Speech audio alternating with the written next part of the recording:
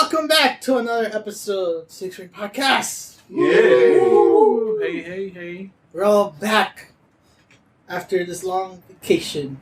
Yep. Holiday break was definitely pleasant. Very. Well, let's start it off. This is Kevin. Jamal. Clea. Zed.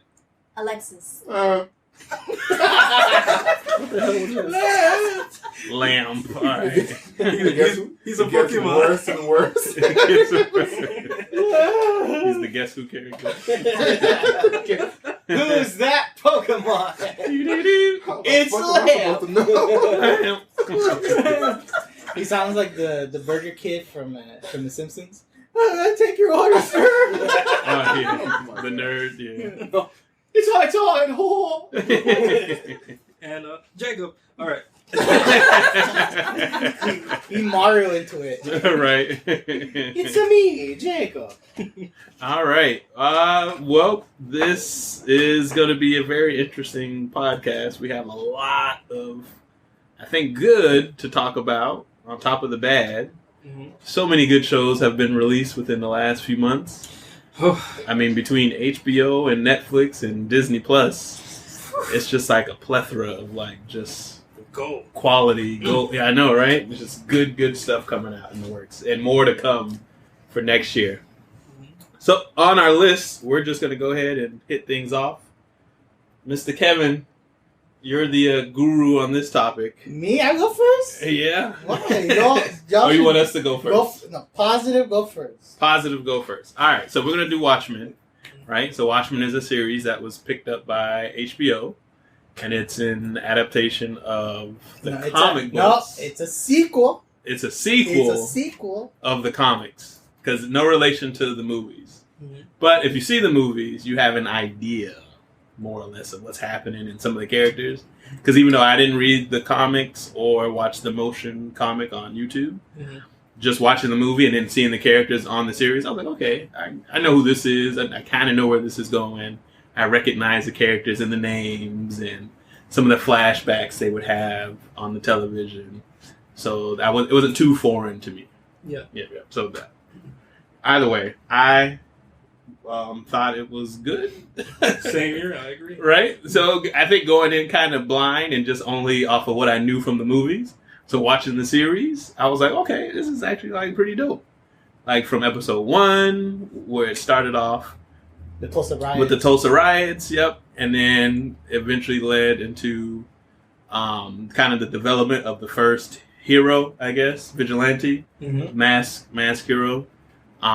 Which was loosely based off of Bass Reeves, because that's who the kid looked up to in the episode. He was looking up to Bass Reeves, who was a lawman / bounty hunter, and from there, the show progresses and follows him for a little bit, and it goes back and forth between him and then Regina King is in the show. She plays Angela. Yes, right. I got that right. Sister Knight, right? Sister Knight. And her character was pretty dope. I like the way they showed her backstory and how she was traumatized as a kid, and leading up to why she became a hero, a vigilante, I should say. Her costume is cool. Her costume is cool, with the black cloak and the little white mask around her, and her eyes are painted black. So yeah, she does have a pretty dope outfit. And then what is that, like a bead or a chain? What is that she carries? No, it's a bead. It's a prayer bead. It's like prayer beads. Yeah. Okay. Right, Sister Knight, she's supposed to be like a nun or something? Yeah. I get okay. Makes sense with the color scheme and the theme. I get it. All right. Alexis, what do you think about Watchmen? So I had a lot less knowledge than Jamal had on Watchmen. So if he thought he had no knowledge, I have zero. I did not watch the movie, know nothing about the comics. This is like the first I've heard of Watchmen. So I didn't know anything about it. So I went in with a clear mind. And I enjoyed it. I think for someone who does not know anything about Watchmen, you're going to be very confused. I was, but Jamal explained some of the characters to me, their relationships with each other. So I was able to kind of pick it up. And in the end, they explained everything and tied everything together. And I think they did a really good job on that. All the characters, to me, were cool. And I really enjoyed the series. And I think, since I knew nothing about it, I had nothing to compare it to. Mm-hmm. So for me, it was great. And I really enjoyed it. So. Awesome. There he goes, grunting over there. We coming to you. We coming. Don't worry. Don't let you vent. Don't you worry. I can't wait to hear your side. Jacob, how did you enjoy Watchmen? Okay, so I seen the motion comic and I enjoyed that one. Okay. Going into this sequel, in the beginning, I know I made this kind of like Hotep type of rant. Oh boy. Here he goes. No, but it was hilarious. But like looking back to it, I was like, wow, this show was very executed. Like it was executed well, so to speak. And like the characters, so to speak, with Lady True. Yeah, Lady True. Mm-hmm. Yeah. I kind of like her character in some respects and the backstory, even though there weren't too much to be explained. The Asian lady. Yeah, basically. Yeah. She was kind of cool to me in some type of way, but later on, I was like, okay, crazy. Time for you to get out of here. Right. But like the old man, Angela's grandfather, I kind of enjoyed looking at his backstory and seeing how it all played out. Besides the, like the. What is All right, so I'll say it since he don't want to say it. So the grandfather, what was the grandfather's name again? Hooded Justice. Right, No, Hooded well, Justice, but his name was Will Reeves because he named himself after Bass Reeves. Yeah. Because that wasn't his original name, but because of the Tulsa riots and his family dying, and he was a little kid, he kind of had to start fresh, right? And so the little baby girl that he rescued with him, they just kind of grew up together, and eventually they married and had a family of their own. So in that retrospect, because he looked up to Bass Reeves, he called himself Will Reeves. Right. Gotcha. And then so to help Jacob out here, so now let me catch up to what Jacob had. Will Reeves was a vigilante, right? Because he was a police officer. He saw that him being in the police force wasn't really making a difference. Because again, this is still during like the 1920s or 30s, I want to say. So, you know, Jim Crow laws and all that wild shit, and, racism and KKK. So when he would try to stop people from doing stuff, it was kind of like, yeah, whatever, nobody's listening to you. You're black. I'm a white guy. I do what I want. And so he took it upon himself. He's like, you know what? If I'm not going to get anything done being lawful, I'm going to just have to do things my way and become a crime fighter, so to speak. So he put on his mask and he goes out and he starts beating up people. He develops a relationship with another superhero, Captain Metropolis, right? And it becomes a romantic relationship, and so they end up sleeping with each other. It's more like blackmail. Like, hey, you want me to help you? Give or take. Yeah, give me something. Yeah, like give me something. Can you say words? So there's a scene where they have sex. He likes grunts. Wow. The two guys, Like they have sex. Yeah. Like, come on. He gives let's be adults. Captain Metropolis is more like he's blackmailing. Right, pretty much. And then so because he knows that he wants to make such a difference. And so Will Reeves, but to me, he still has to have some interest in the guy. He's just not going to sleep with another guy just because he has powers and benefits. All right, I'm going to let you have sex with me so that way I can get to the top. That's crazy. So I'm sure there's something there where he did have some sort of feelings for him. Because he left that, when he died. Right. When he died, Captain Metropolis, he left the house to him. Yeah, he left him a will. That, all his belongings and stuff went to Will Reeves and his will that Captain Metropolis wrote. But anyway, yeah, they had a relationship together and they slept with each other. So he was like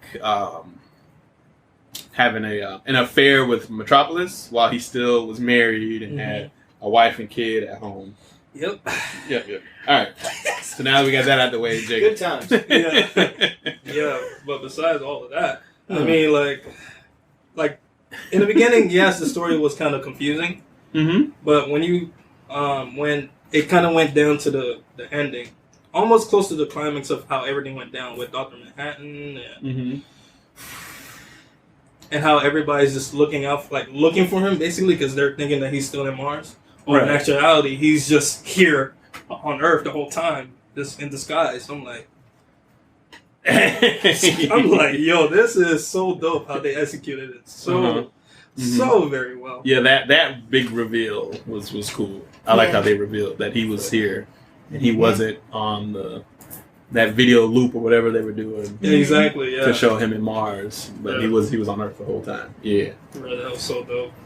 And yeah, I mean, is there gonna be more episodes upcoming? Like, I'm sure they're gonna do another season. Mm-hmm. I mean, just based off of how well this one did, and just how this one ended. Yeah. Can you imagine they just left it the way it ended? It's a miniseries. It's a miniseries? Yeah, it's a miniseries. Okay. So it's only 8 episodes. Yeah, it stopped there. It's done? So you thinking it's not going to continue? How is it done? Right? I mean, they ended it with... No. It's just the same as the comic. They ended like that. So they just left it open-ended. That's it. Yeah. It's just done. I'm going to write a letter to HBO. Yeah, nah. If HBO wants to keep me in my subscription, y'all better... Because there's nothing else on there that I care to watch at this moment on HBO. But yeah, they definitely need to pick that up. The way they left it open, not so. I need my season 2. Because then there's other questions that haven't been asked. And then I just, from reading, I just thought of this. One of the episodes, there's a guy who's watching Watchmen? the FBI agent. Good one. Terrible timing. Who was watching? What's the lady's name? Jane? Is it Jane? The other agent who tracks down the vigilantes. Jane the Silk Spectra. No, it's not the Jane. older white lady with the red hair. Lori Blake. Laura Blake. Yeah, Laura Blake. Lori Blake. So remember there was a scene where there was this dude in a silver suit with the goggles, and he was just standing there watching. Oh yeah, that one. Oh, that like he slugged into the sewer? Yeah, the Lube Man. Oh god. The Lube Man. So I've been reading these theories about Lube Man, and they were saying that they think it's Dale Petey. You know who Dale Petey is? No. He was the guy who was with Lori, the young agent who knew everything about superheroes. Oh, him. Oh. And he was kind of like a fanboy of like all the heroes. So they were saying, so there's some like theories online saying that they think Lube Man is Dale Petey. Hey, okay. So he's out living his fantasy being a vigilante and a hero, and he's kind of watching everything unfold, and at the same time he works for the agency that catches vigilantes. Yeah, can you imagine like fantasizing over superheroes and like being this big fanboy and then choosing to be Lube Man? Well, I think that's just the main. They just made up that name. It's either Lube Man or Oil Man or Oil Man or Greased Up Weird Guy. I don't know. or Slip and Slide. I don't know. That's a trademark name. Right? Slide and Slip. Slide and Slip. That one. That sounds real bad out of context. Slide and Slip. It's like I use this axle grease so I can slide on asphalt. Just no burn. But he was such a because he was weird and he ran and he's such a one-time character himself up out of nowhere. Yeah, he oiled himself because they were like, "Hey, who are you? Come back here!" And he was like, "Oh!" And he just took off running and he dumped the oil on him and he went into the sewers. You know how the drains are open? He just went whoop. He just slid in there and they were like, "Oh, that was strange." He was a big, tall, skinny guy. I think it was Angela that he ran into. I think he was watching Angela. Yeah, he was watching and she was Angela. looking. He was just looking at her. It looked so weird. You have to see that episode. And he had his little goggles. And he just like he's just looking at it. And she's like, "What the fuck? Come here!" And he's like, and dumps the oil and goes whoop and just slides right in the sewer. I could just see the old time cops. Hey Jerry, get a look at this guy here, and he's like, "Whoa." Runs off and slides through it. That part was so funny. Yeah, it was so random. So random. But I do understand the confusing aspect of the show because in the beginning it's super like, what the hell is this? What's going on? Who are these people? Why am I? There's a lot of time jump and skip, and why am I looking at this old guy locked up in a castle with all these freaking clones, and then it jumps back to Earth, and then it goes back in time to Will Reeves, and so there's a lot of back and forth. Probably around like episode 5 or 6, I kind of got a grasp of what was happening. I was like, okay, I see where they're taking this. once they started revealing the truth to certain things and stuff started to fall together, I was like, all right, I got it now. Because it's always, that's the cool thing with Watchmen, there's always a bigger picture. So whatever the immediate threat is, there's usually something looming behind it. Which usually how most, I think, good stories are told. Yeah. You know, Titans season 1 should have followed that kind of format.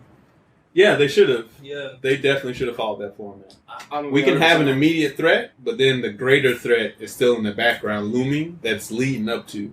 Don't just give us everything all together, jumbled up, and mix it in and be like, all right, we got Trigon coming. We got these people fighting you. The shit was terrible. I didn't mean to interrupt you. I was just saying, I mean, 100% honest, I thought he was telling a joke. I thought he was still ripping on Titans. I mean, Titans season 2 was actually pretty good, but we'll get into another discussion. Yeah. We'll get that in another discussion. Yeah. But they did do better. To give DC some credit on Titans, they're getting there. They're figuring it out. But yeah. Anyway, back to Watchmen. What was another thing I really liked? I did enjoy the episode where Angela takes the memory pills. Oh yes, that was my favorite. And that whole episode where she's having this like crazy mind trip because when you take somebody else's memory pills, you now live their life. Yeah. Like you see their memories. So she took her grandfather's memory pills, and so because she took them all at once, it was just too much, and she blacks out, and now she's dreaming or reliving those experiences in her mind. So she go all the way back to the Tulsa riots, and when he was becoming a police officer, and when he became, what was it, Hooded Justice? Hooded Justice, which was his hero's name. And so, like, back and forth while she's having that... his origin story.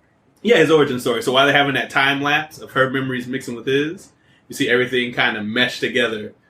And that part was cool. Like that one shot where she's in the bar talking to the lady, and then behind him you see the Ku Klux Klan members shooting people in the streets because like the memories just started warping together. It was wild. That was a dope episode. And the drug's name is called Nostalgia. Nostalgia. Yeah. That's what it was. That's the name of the drug, Nostalgia. Oh man, that was actually one of my favorite episodes. You know that episode was super cool. That was a good episode. Like that episode sold me on the series. I was like, wow, this is crazy. And this is getting real good now. And you know, people are saying this is not a good show. Watch this, man. Come on. Well, see, people are saying it's not a good show for different reasons. I see. I mean, we'll get to Kevin in a second. I understand his arguments, which is fine. I understand Kevin, but I think what you're saying, like the people that I know that complain about it, for either two reasons. Either it's because it's confusing; they can't understand what's happening. Right, kind of like Westworld. Westworld had that same ordeal. Where it was a lot of back and forth. You didn't know when you were in the present or in the past. The stories just kind of meld together, and you had to figure it out on your own. And then the other reason I know people complain is because they're like, "Oh, here we go again, bashing white people and KKK." Yeah, definitely. That's. So I'm like, all right, yeah, that's true. But I was like, come on. I was like, don't be ridiculous. Like, we understand what happened. Nobody's holding that to heart. Like, come on. It's part of the story. Let's roll with it. Yeah. Because they change enough in it where when they start getting into, like, Nixon, when he got in office and how he stayed, he never got impeached, and how that affected the Vietnam War because we won. We didn't lose the Vietnam War because of Dr. Manhattan. So... that to me, that's a dumb argument. Like that to me, that helps elevate the story. The thing about that argument is that at that point, that's where like kind of the lines of like the people who read the comic, right, and versus the people who didn't read it. Right, they're just going based off of the show. The show and what they see, and they just see that, and they're like, "Oh, here we go again. I'm not watching this crap." Blah blah blah. I get it. Yeah. I have two more things I'm going to say. Yeah, sure. First one, definitely. When I saw the cops and Angela's / her grandfather's memories via the drugs, and seeing how they did the Cyclops thing, I'm like, bruh, Illuminati. Like, my conspiracy theorist radar was like, conspiracy theory. I was like, bruh. Definitely, I'm loving this. I'm loving this whole like crazy element to it. Yeah. And the second part, the little girl that played Angela, she was actually in This Is Us, this other series in NBC, and it's actually very, very good. So I'm kind of happy to see her branch out in different other roles. So. Okay, so the young Angela, she was in This Is Us. Okay, Yes. all right, cool. Shout out to her. Shout out Shout to her. out. Make your big moves. That's Yeah. right. Jumping in shows. Anything else, Alexis or Jacob, y'all want to add before we pass it to old man Kevin? So he can rip it and tear it apart. It takes. Not really. Go Not ahead, really. Kevin. All right. Well, here we go, Kevin. Round Take one. it away. Round one. Ding ding. We heard all the good that we liked about it.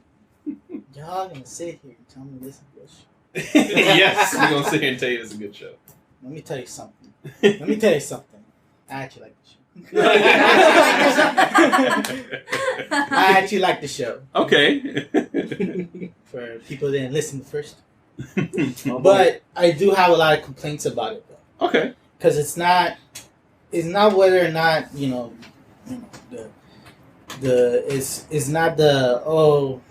it's more to do with the sequel part. Gotcha. How they call it a sequel, and they're doing a lot of things like retconning the characters, Right. like Hooded Justice, Mm-hmm. like Captain Metropolis, Mm-hmm. and also changing a lot of the characters how they are, Okay. and those parts were kind of like when I first watched the show, I wasn't confused. I knew Right. what's happening. Mm-hmm. It's just when the first episode was all right. It was like okay, I'm interested until we met what was it, Laura?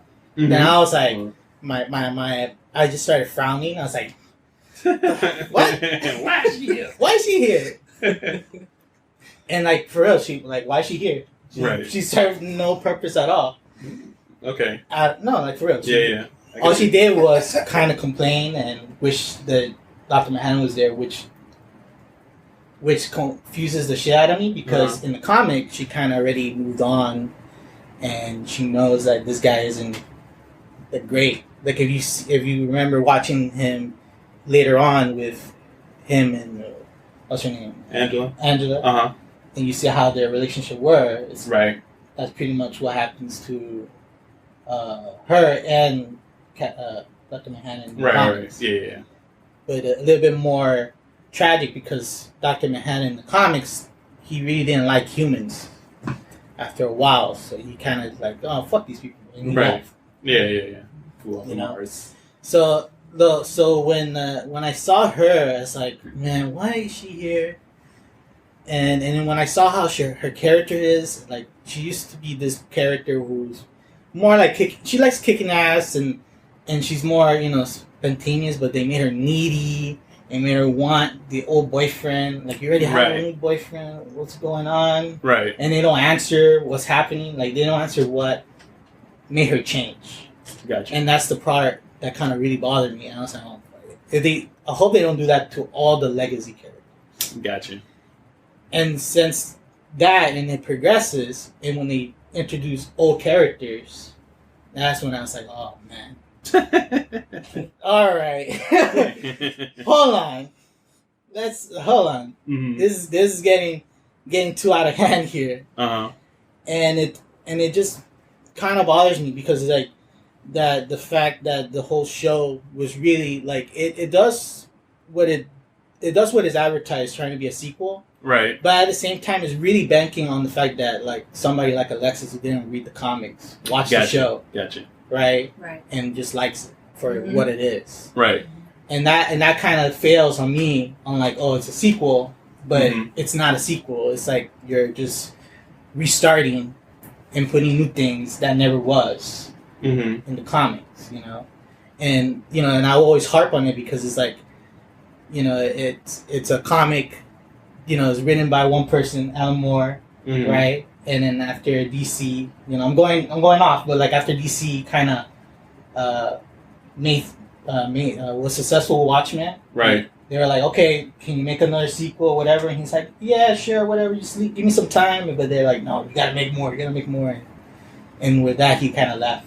Gotcha. And that's kind of the funny aspect of this whole ordeal with like me not liking the show is the fact that I'm kind of understanding what Alan Moore meant, because he's like he hated the reason why he left is he hated the comic book industry for being like something like it's always sequels and prequels, but never nothing new, never nothing ends. Right. Yeah. Just because when he left and he went to a different company, Warner Brothers did a Disney move and bought that company to get close to him. And so when they did that, he was like, you know what? I quit. And he quit comics. Oh, well, there it is. You know? So, to me, I kind of felt that sentiment when I watched the show.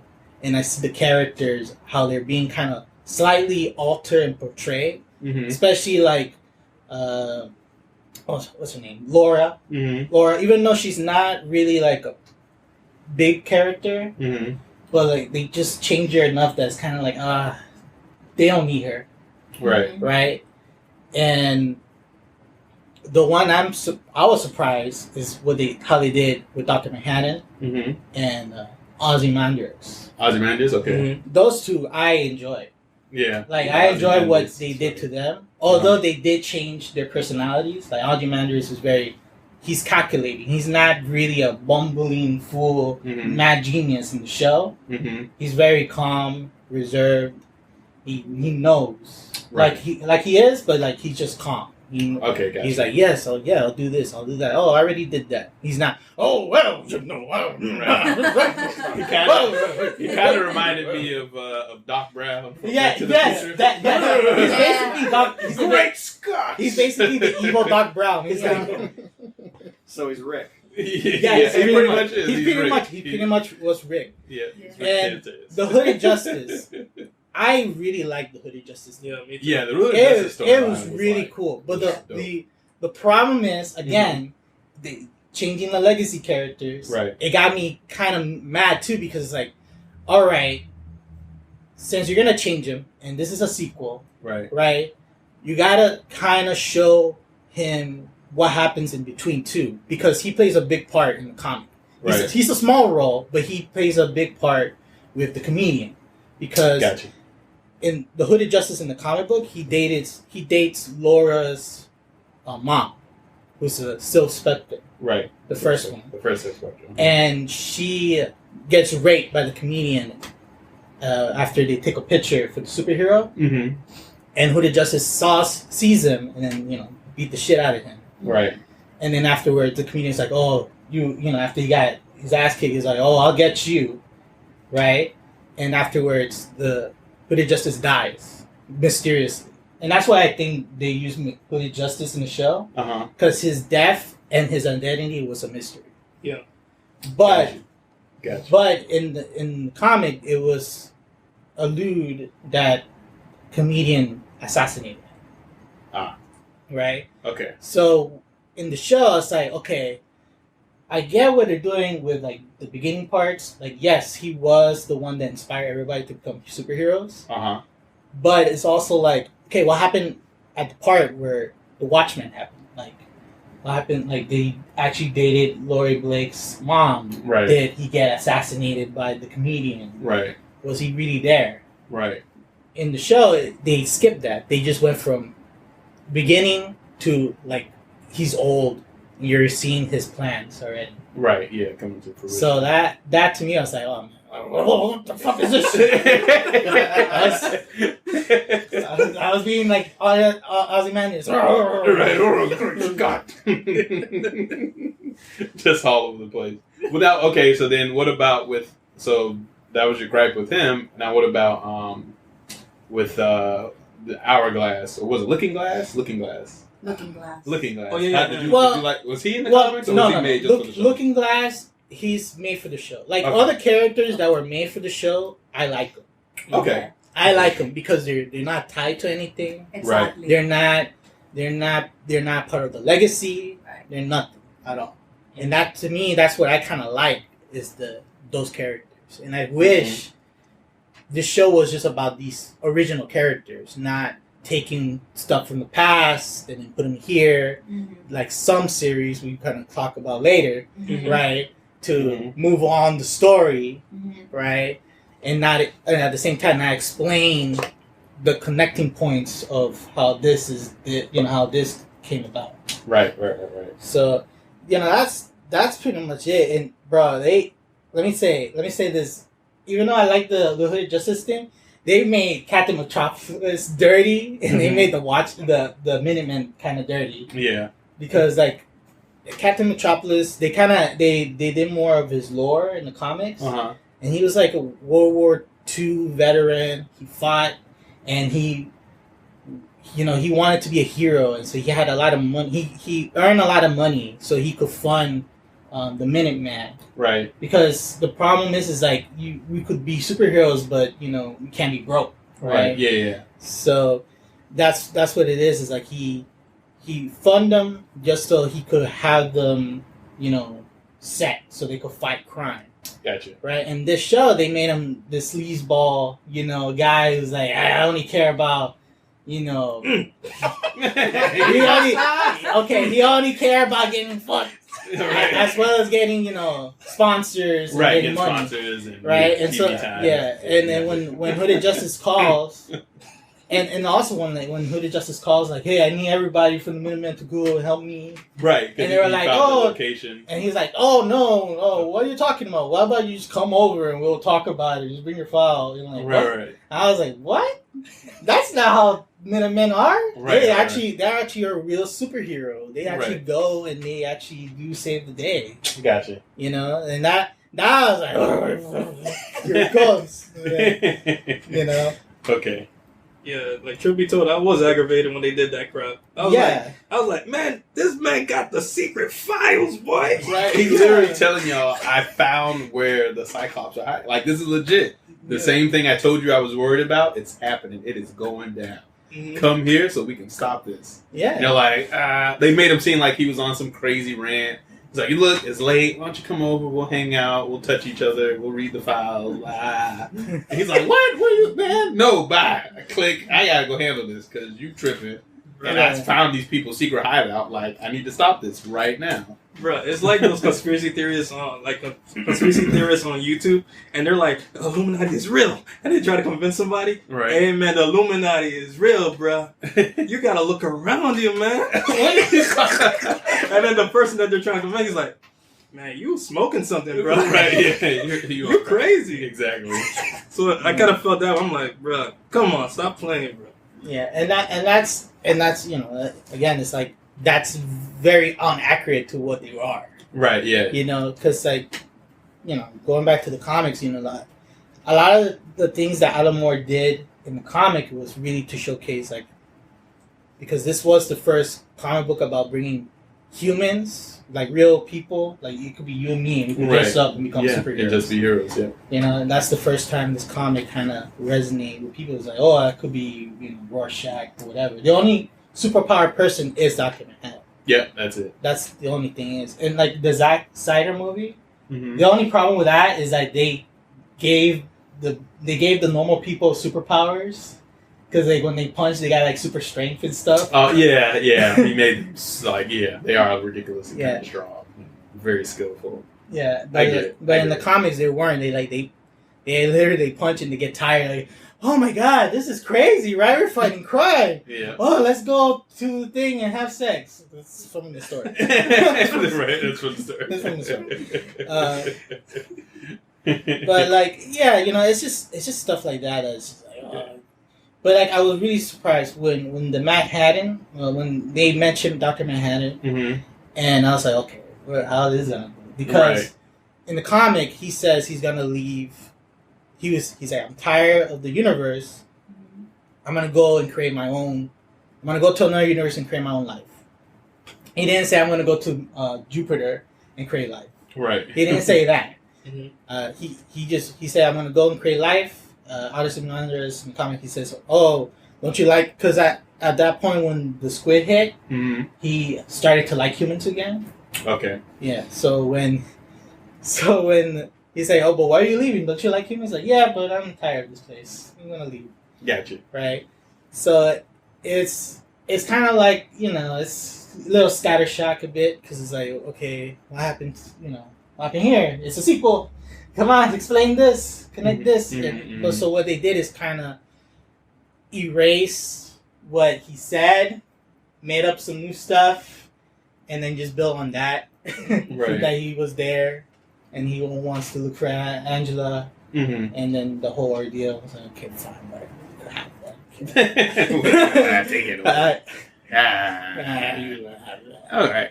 I do like that how Dr. Manhattan in the show he can't see the future or the past, but he's living in the moment. Yeah. Mm-hmm. So he can, in his mind, he can see what he's doing and talking about, while he's also in the past and in the present and in the near that's future. in the comic. Yeah, that's the thing. I like that. I thought that was cool. He's a person he's a person that constantly travels in time. Right. Mm-hmm. So he's already having a conversation with you, but he's already having a conversation like with your grandfather. Right. Yeah. At the same time, and he could tell your grandfather, "Hey, I'm sitting with Lamp in 2019 right now. Anything you want to tell him?" And your grandfather was like, "Yeah, tell him I said, Lamp's a stupid name." And then while we're here in 2019 and we're talking, he's like, "Oh, by the way, your grandfather said back in 1935, Lamp's a dumbass name."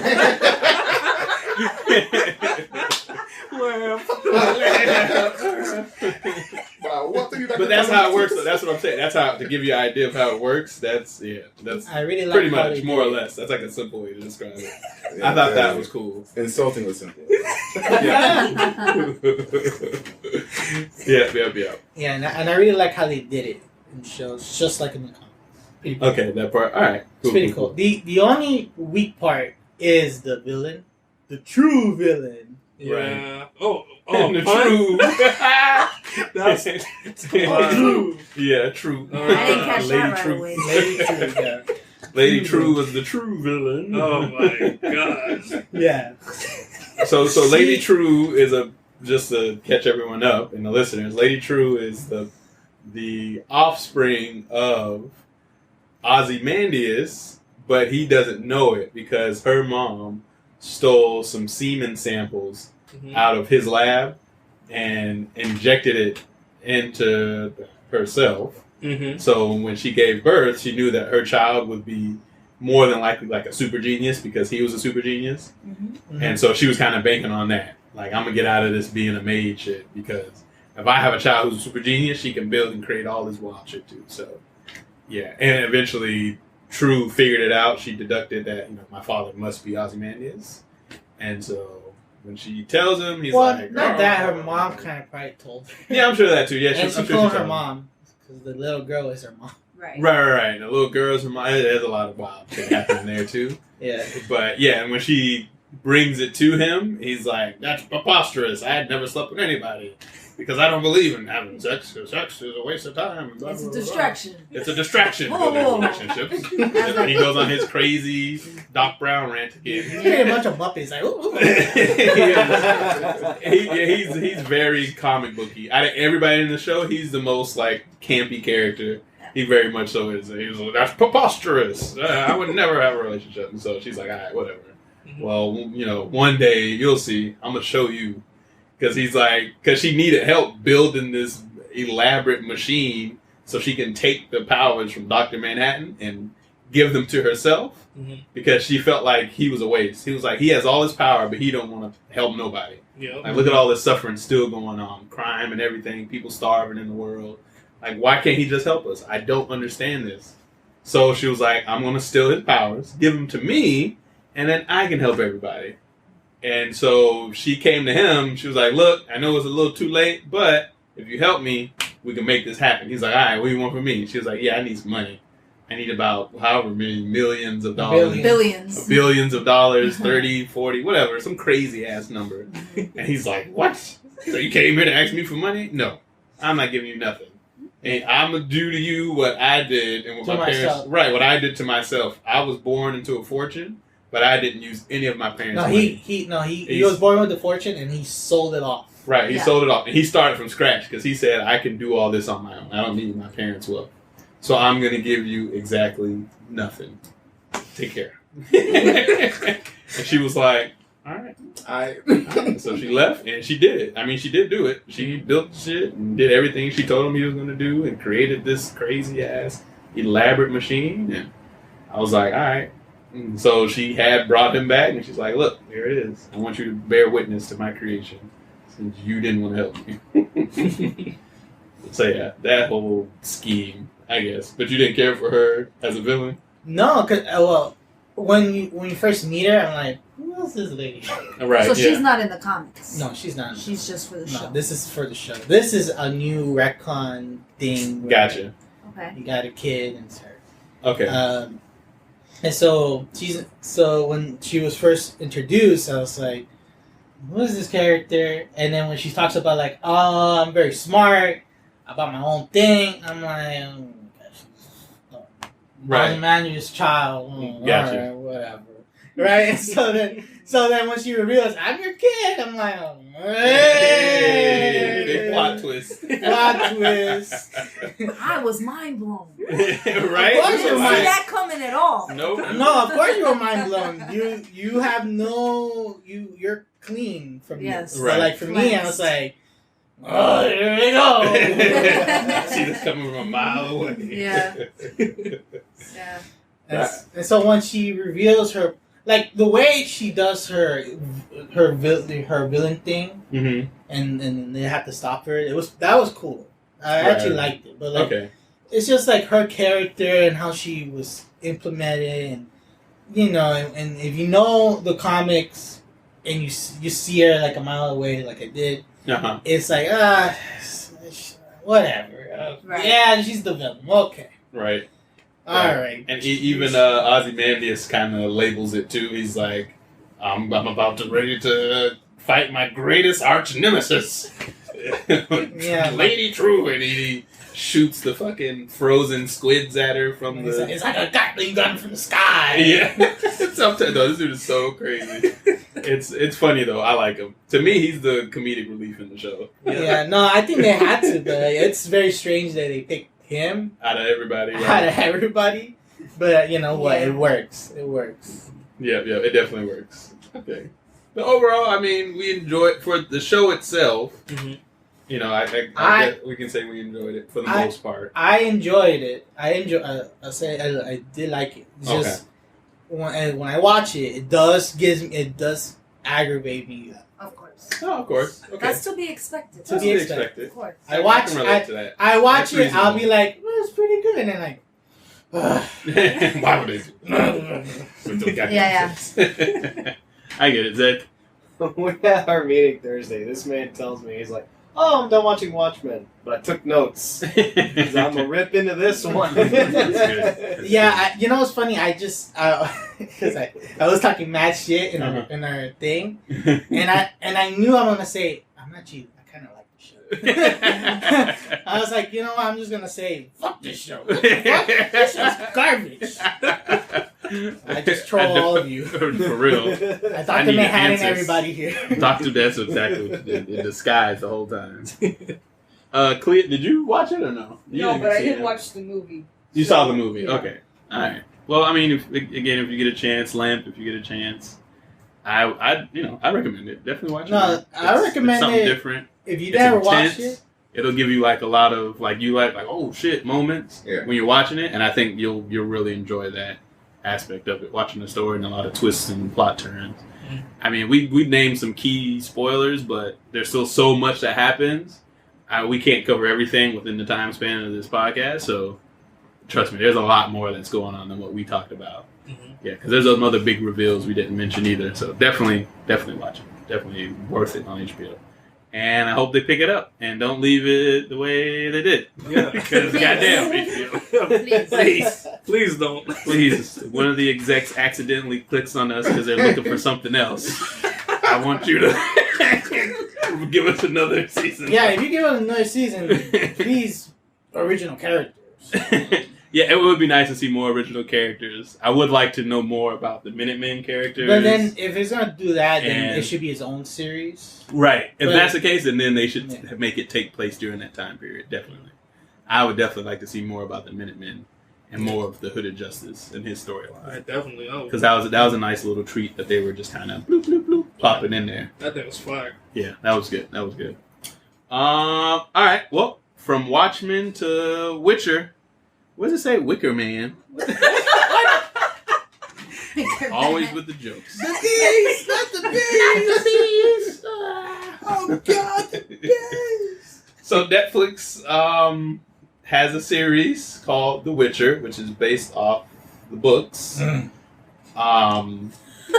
Yes. You get a lot of hmms and grunts. Never heard of the books. Never heard of the books. What's that? Oh yes, Zed has the wolf symbol from the Witcher itself. Probably from the book. Never heard of it. What? No, it's from the game, Witcher 3. Oh, I heard of that. It's on sale. Oh, yes, it is. Yes, it is. The complete And it's edition. on the Switch. Yes, it is. Full price, $60. That's But if you go to PlayStation 4 store, you can probably get it for like $4. Or Steam. Like, yeah, don't get it for Switch. Yeah, you can go on Steam, bro. Steam it's actually cheaper, like $2. Don't get on the Switch, bro. All right, so Witcher. Yes, so the series is based on the books. Now I know there's the Witcher game. Mm-hmm. It hasn't gotten to that point yet, but so this is all about the prequel stuff, so all the backstory and the lore, and it's helping build the world up before you get to all the meat and potatoes. It stars Henry Cavill, who plays the Witcher, and for the record, this is going to be his defining character. Yes, I'm calling it now. Yep. And Because also, when I saw him, what's up? also for the record, I said last time that I didn't really like him as Geralt, Yeah, and now that I finished watching it, he is fucking awesome. he is. He is. Continue. Yep. Take my word back. Take my word. Right, That's right right. now. Nothing wrong with that. Hey, nothing wrong with that. Call it how you see it. Because I remember when we did our initial review of The Witcher, I was like, this looks terrible. Yeah. Whatever that wig was they had on him, That on samurai wig. that samurai Legolas wig they had on him, and those eyes. I was like, whoa, this is what we're going for? Because this looks like ass. This is not going to. And I was like, oh, my hopes went way down. And then when we saw that last trailer before the show dropped, I was like, all right, now this is looking really good. And then after watching the show, I was like, oh, this is amazing. This is it. Yep. This is what I've been waiting for right here. But yeah, man, Henry Cavill as the Witcher. I mean, from the look and the physique and the He got swole. way son. he beefed up. I feel like he got more muscles than Superman. Yes, Kevin and I were talking about that like 2 Wednesdays ago. Yeah. Yep. That Like, he looks got bigger. bigger. Nah, yeah, he got bigger. He definitely got a lot more swole for this role. His shoulders were plates, man. Yeah, nah, he was ridiculous in this show. I was like, His God shoulder damn, pads Henry looked like he was wearing shoulder Cavill. pads. Exactly. But this show, like when I see him, I'm just gonna think of The Witcher from now on. Like I've already erased him as Superman. Mm-hmm. He's now Geralt of Rivia. He This was is it. dying to play this role. You know he's a diehard fan. Yeah, as I was reading articles, he read books, he played the games, so he really invested, and it shows. Like in the series, he sounds just like Geralt from the game, like from his mannerisms and his voice and the little grunts that he does. Because Geralt's a very like solid character, and when you become a Witcher, you lose emotions, so that's part of the process. You don't have basic human feelings, I guess, and so he's very like stone faced. He doesn't really like. There's no up and down in his voice or tone unless he's yelling, but other than that, he's very monotone. He's usually serious at least 80% of the time, and at 20% he might throw in a wisecrack, and if you don't pay attention, it'll fly over your head, and you'll be like, what, was that a joke? I do say And he'll get it, he'll be like, and keep it going, and you'll be like, oh, he was just cracking a joke. I do say this when he pauses in the show, I feel like he's looking at a text box of what to pick. Right. He's making his his selection based on the game. Like, should I say this? Should I go with this line? Should I make this choice? What's the repercussions if I choose this? Option 1, accept the thing. Option 2, deny. Option 3, say nothing. Option 4, grunt. He just goes with the. It's always option 4. My That's personal right. favorite, threaten.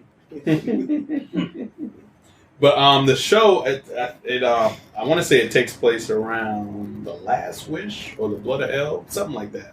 One of those two books. It's like a mix of this. Right. It's like because in the books, it's a series of short stories that kind of mesh together. So it's like, all right, Geralt goes on this adventure, and then it jumps over to this character, and it jumps to this character, and it kind of pieces it together. And then when you start getting into the main story plot, that's when it has the continuity, like it continues with all the characters. Because now that we've met everybody in season 1, all right, now we can go ahead and hit the main story, and we can just run from there. And this show does that very well, I think. From the interviews though, from Henry Cavill, he says the showrunner kind of what it did, kind of pieced together the 2 books because they wanted to have the 2 main characters in this season instead of having one for season 1 and then having one for season 2. Gotcha. So that's why, like in episode 1 and 2 they're long because they're giving you the 2 main characters from both books at one shot. So they could just have The Witcher and his adventures and then these characters later on. Gotcha. Okay. Makes sense. What was I going to add?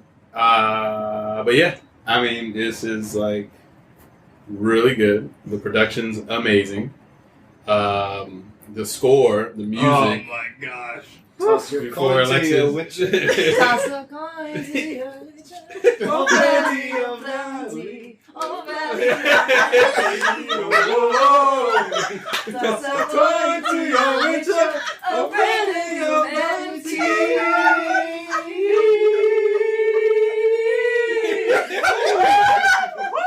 Thank you. I'll be on Broadway.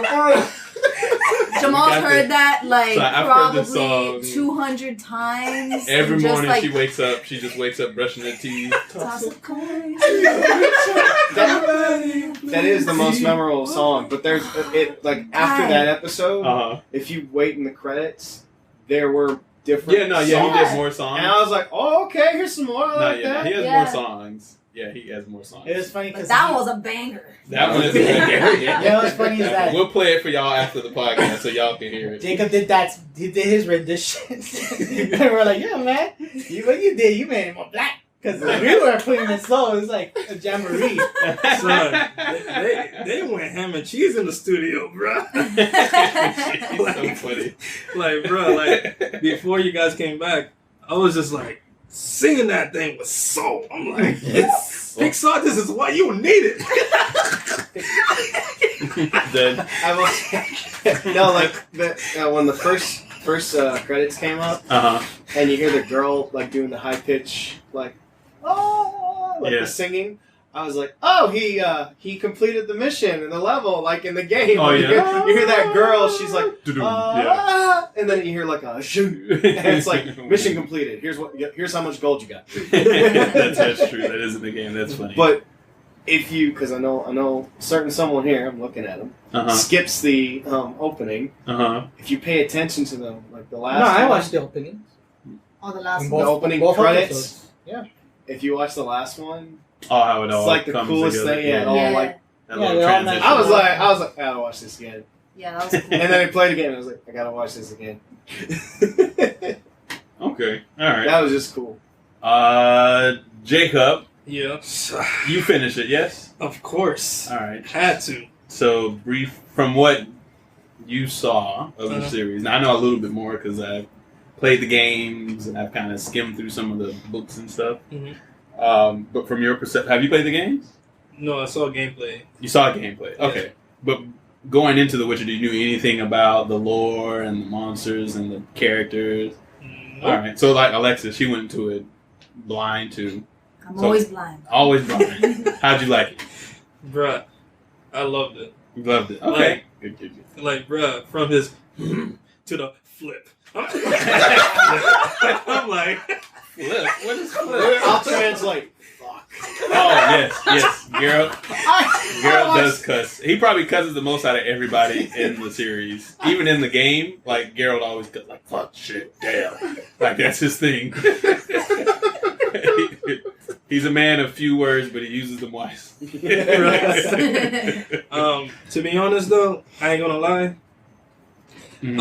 For some parts in the beginning, I kind of got a little bit lost with the way they were transitioning to the past, to the present. Yeah, that part is confusing. Yeah. That is confusing. Like, I mean, we're following Yennefer, and I mean, I get her story, and then it just kind of cuts to Geralt, Uh-huh. right? And then something happens. I'm like, okay, cool. I'm following him, and then he just jumps back to her and somebody else, and I'm like, like Extreme hot potato. yeah, it's like Yeah. it's definitely it's like what's going on, and then you see a major part happens, and then the princess, and then it's just the blending of every element from past to present should have been better. In my understanding, it should have been better, but it did pay off in the end when you start to notice what definitely happened when it all got cut up to the present. Because I feel like they were kind of working backwards. Yeah, they were. And then leading up to what really The went present. on. Yeah. Zed.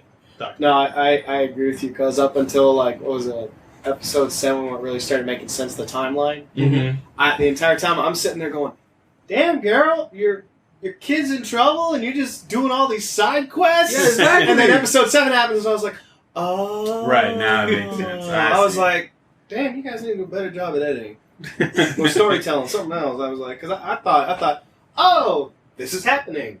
Meanwhile, I'm over here getting money and killing monsters and not giving two craps about my surprise, law of surprise child. Law of surprise. I'm kind of opposite. I think they did a good job. No, my whole thing was like, it seemed like he didn't care. And then when episode 7 came along, it made sense to what actually happened on, that this was happening before the fall.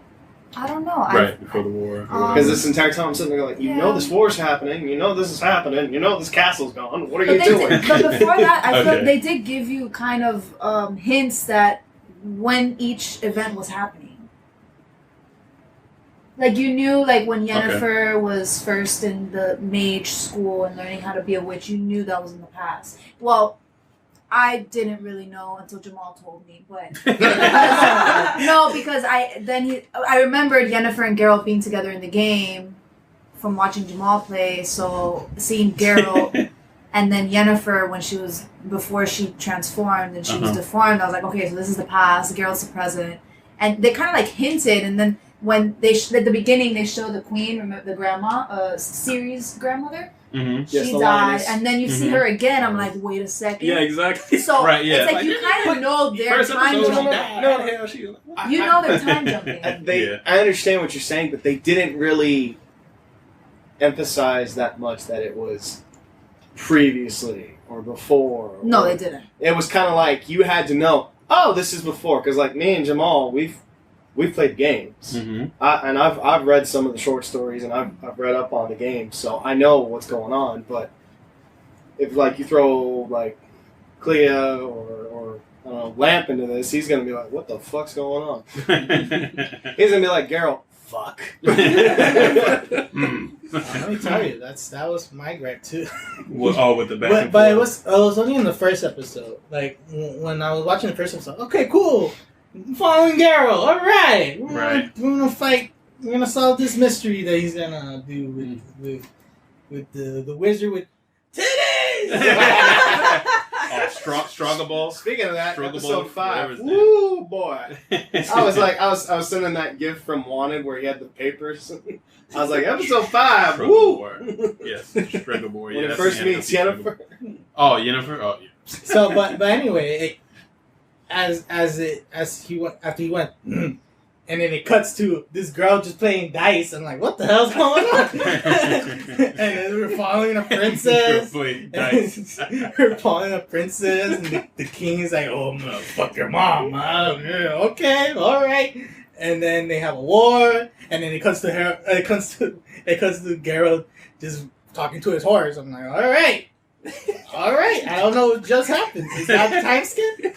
Is that, yeah. Is that but it's like is it the past? Is it present, or before whatever? I feel like they did that on purpose though, because then they eventually it all comes together. No, I know. I don't think they wanted you to know this was past, this was present. They wanted you to wait until episode 7. And that's what I was honestly. What you're saying is what I was trying to say. It all came together, and everything that just happened makes sense now. Yeah, that's what I was going for, because I only in the first episode where I was confused because I was like, Jesus, what the hell is going on? We're just getting from here to there to Geralt waking up having a wet dream to back to the princess again, and then I'm like, oh my god, what's going on?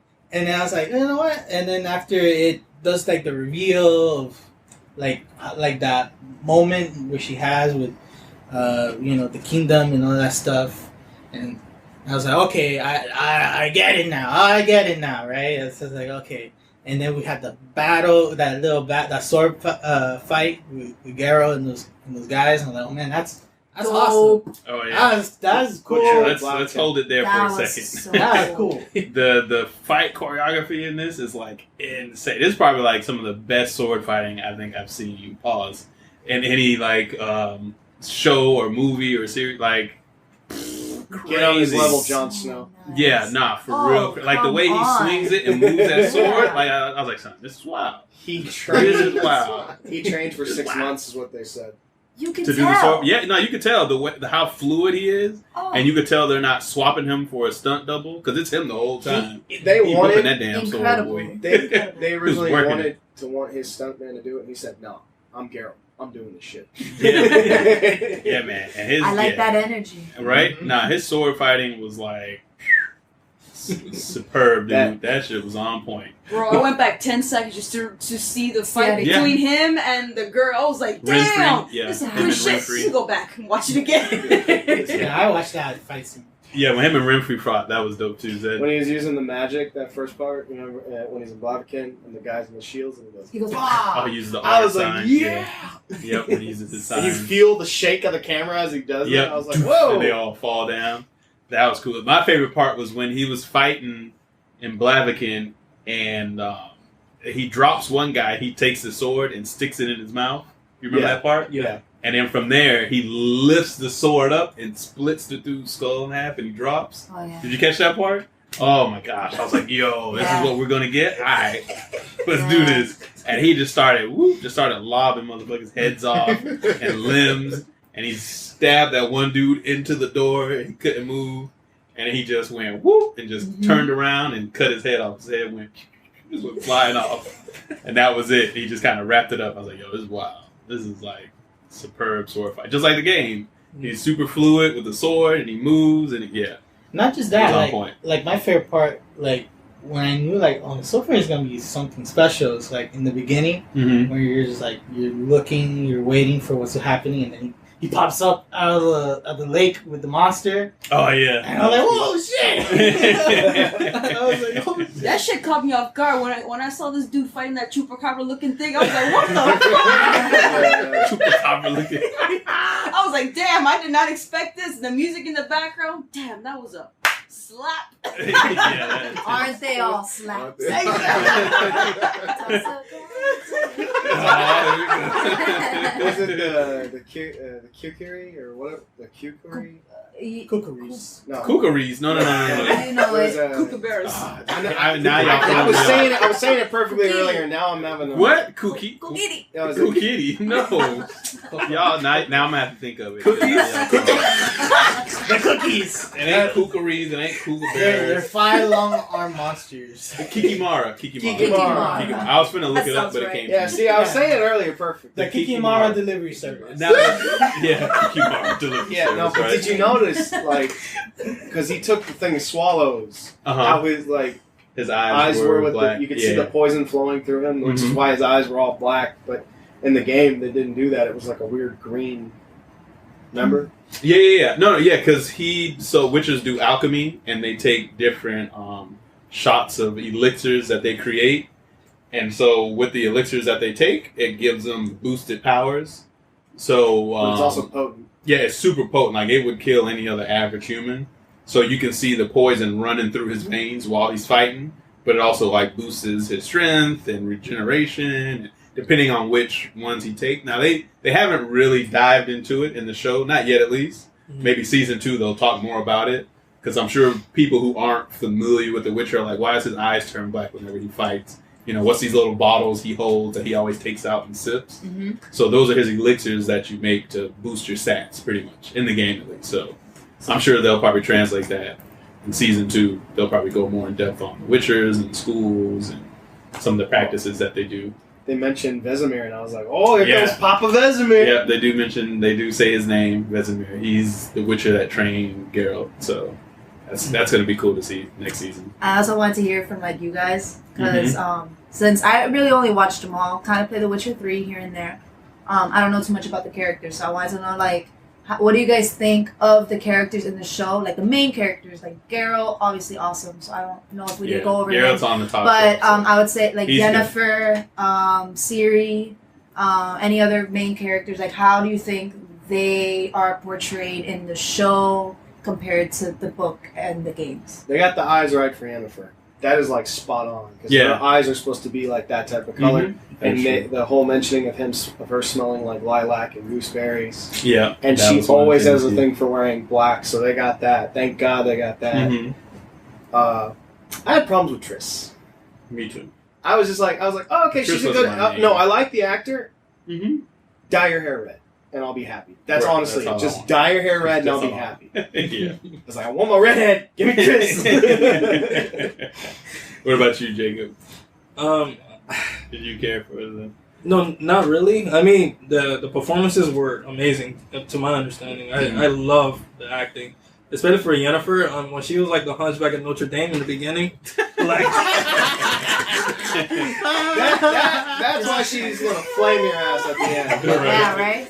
Bro. She's gonna be like, what did that little shit say about me? Bro. Oh. I would say the funniest part was when she was with that boy and they were snoo-snooing. And let me translate that in Geralt. Snooing. No, hold on, I got you. Let me translate that to Geralt. Sex? There you go with the credits.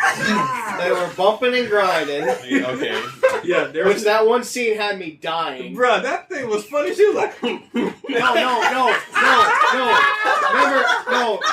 They're having Hold on, let the listeners know that Jacob emulated her with a hump and as well as humping in the air. He's out here. Poorly executed. That had me dying in that Thrusting his episode. pelvis in the air. The part that had me dying in that episode was they're having full-on sex, and you see like 20 people standing there, and then at the end they're all clapping. I'm like, what the fuck is this? This little hunchback got it, boy. she can move down. Let the record show that Jacob was moving his arm to simulate a hump. You want to answer my question now? Oh, what? The question that I asked before you started going on? About the well, I guess because he's still kind of fresh in it too. So, I mean, he said he likes everybody. But then, I mean, I would have to go with Miles and Zed because we played the games and we've seen the characters. So, my gripe would be, yes, I would like to see Triss with the red hair. But I kind of got over it. I was like, whatever. They did put it's not a make or break for me. Yeah, like in certain lighting, I guess it's like a light brown. But who knows, maybe next season if she'll dye it or be like, you know what, I went for a new look. I had to change and blah, blah, blah. So I'll give that to them. I was a little iffy on Yennefer because to me, she still kind of doesn't fit the look all the way. Because Yennefer in the game and in the books, she's a seductress.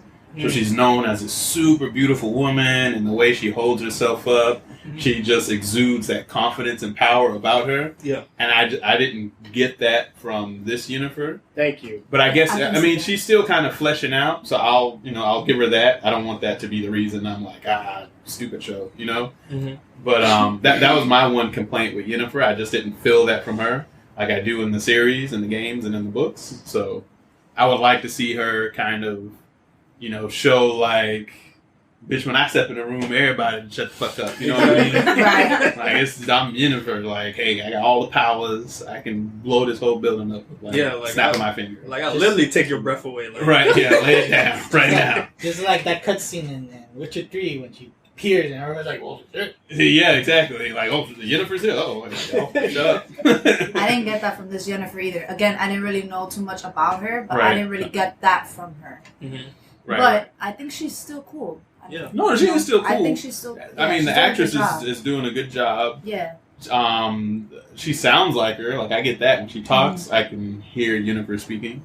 And I do like the transition. They showed her backstory, how she was a hunchback and disfigured, and nobody liked her, and she was ugly. to their standards, and she had the crazy eyes, the violet eyes, and so to them they were like, this little demon child, get it out of here. Her dad sold her off for like 4 nickels and a pack of cigarettes. I don't know. Because the witch was like, how much for a pig? And then he's like, I had 8. Whatever. And she was like, how much for that pig? Which was Yennefer, the girl. She's like, how much did you? He was like 6. She was like 4. He was like, sold. I was like, damn, son. And then the mom come out. She's like, you can't sell my baby. He was like, sold, bitch. There ain't no child of mine. She around here just giving me more mouths to feed. Please take her the fuck on. So the mage took her because she knew that, you know, she had that moment where she accidentally opened a portal. So she knew she was a conduit for magic. And so that's why she came. So she knew if she just gave this dude 4 nickels or whatever the coins were, he would just be like, "Glad take her." So she knew the benefits of having Yennefer that they didn't know at the time, which is important. Yes. And if you know Geralt, I hate portals. Yes, Geralt hates portals. I'm sure they'll do that in season 2. I had a problem. The only problem I had with Ciri was how old she looked. Okay. She's supposed to look like 5 or 6 when this war is supposed to happen. She already looked like she's 13. Yeah, she's a little older than probably what she should be. She literally calls Geralt like dad. So yeah, she does. He's like her father figure because she's only known him since she was a little girl. So yeah, in the show she is a little bit older. Yeah, she's like 12, 13, I guess, in the series by that time. Because he even says it. He's like, I was gone for 12 years. And I wanted to keep it that way. And y'all came looking for me. So yeah, that kind of hints that, yeah, she's 12 by this point. So, and for the listeners and for you guys, what happens is in the story, Geralt saves her father's life.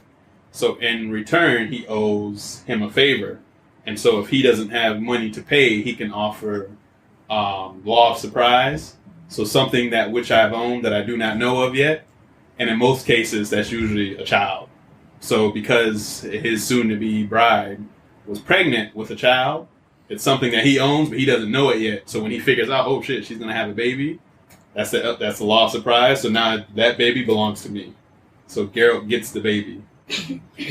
And so that's pretty much what happened. So now Ciri, who we're talking about now, she belongs to Geralt because he saved her father's life. So he has to give that baby to him. What's up? But he doesn't believe in fate. So when he initially said that, he said it as a smart remark. So, you know, the lioness, the queen, when she hears that about the daughter, she's like, no, do anything else. Take anything else. Right. And then that farmer at the end that was helping him, he's like, I can give you that. And he's like, just get me an ale and we'll be even. He's like, I don't want any more damn law of surprises. Yeah, no more. Because he saved another guy's life. And he was like, oh, the law of surprise. He's like, no. Chill. He's like, just give me a damn ale. We'll be good. Yeah, give me an ale. We'll call it even. Like, no more laws of surprise. I can't be taking no more babies out. Got enough wild shit going on. But besides Yennefer, I do like her glow up, if you will, right? How she went from the Hunchback. They performed this like brutal magic on her, and now she's super gorgeous and beautiful, and she has the hair, and you know everybody wants her. So that was cool. I like that transition. The only other person I think I was kind of like, was Fringilla. You know Fringilla, the black girl. Oh, her? Yeah. Her. So in the series, she's not black. She's, you know, she's Nordic or whatever, and she has like a little short black cut. She's super pasty. But I guess in the show they just changed that, so I was like, whatever. Because I mean, she plays a huge role in the beginning, but later on in the story, she kind of falls in the background. So I guess that's probably why they changed her. They was like, all right, she's somebody who's kind of important, but not big enough that if we change her, that it doesn't really matter. It won't kill the story. Because it doesn't stop me from watching it. You know. Her acting is great, so you kind of look beyond that. But my only problem with that is that this is a world that's real based on like regions and countries and where people come from, and so like this is all based off like Slavic folklore. So it's a lot of like European countries and whatnot. So it doesn't make sense to just start throwing random black people in here if they don't belong. Because even in the episode 3 or 4. With the whole dragon thing that they talked about. Oh, yeah. they have Zarkanians in there, and Zarkanians come from a region where black people come from. So Zarkanians, like, that's where all the ethnic people come from, darker skin tones. Mm-hmm. So they have the Zarkanian warriors there with the dude, and I was like, well, so why can't they just do that? They just have her come from Zarkania. They go black people right there. You just got to substitute people just because for whatever. But it's not make or break. Well, we'll get to Star Wars. Don't worry. We'll get to Star Wars rank. Don't worry. But yeah, but whatever. Like I said, it doesn't kill it for me. I was like, whatever. Fringilla is not a character that I care so much about. I'm like, this is preposterous. And I start screaming like Ozzy, man. Yes. I hate that witch. All right, continue on. I hope you actually mean witch and not the other word, but okay. That's what I meant. But right, but that's like her main role in the story. And then after that, she kind of dwindles out later on in the series. But then she comes back later because she does help in the main plot towards the end. Mm-hmm. But I'll let the show, leave that to how they want to execute it. I don't want to jump the gun and tell you how this all plays out in the end game, but I'll let them decide that, how they want to portray it. But yeah, that was it. Other than that, the other characters worked for me. Jaskier, he's great. Oh man. AKA Dandelion. So that's the bar that you guys hear that sings the song that Alexis likes. Banger. So yeah, he's good.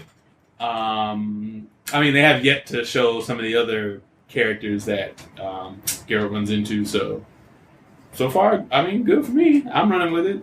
Siri's a little girl, so I can't really make judgments on her right now. She's too young.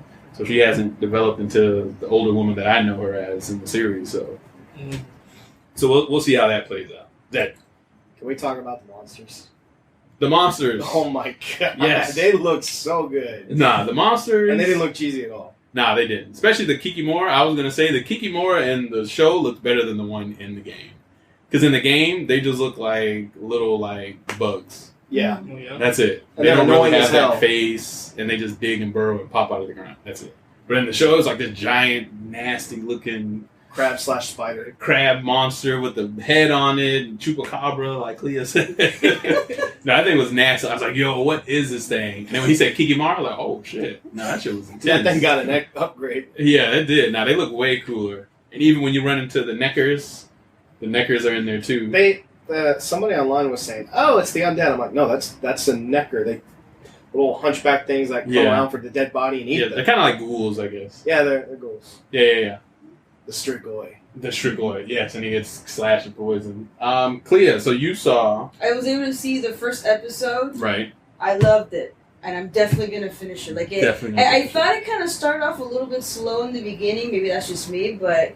that didn't deter me from watching it. I want to watch the second episode, and I want to see how it all ends. But, so far, I have no complaints.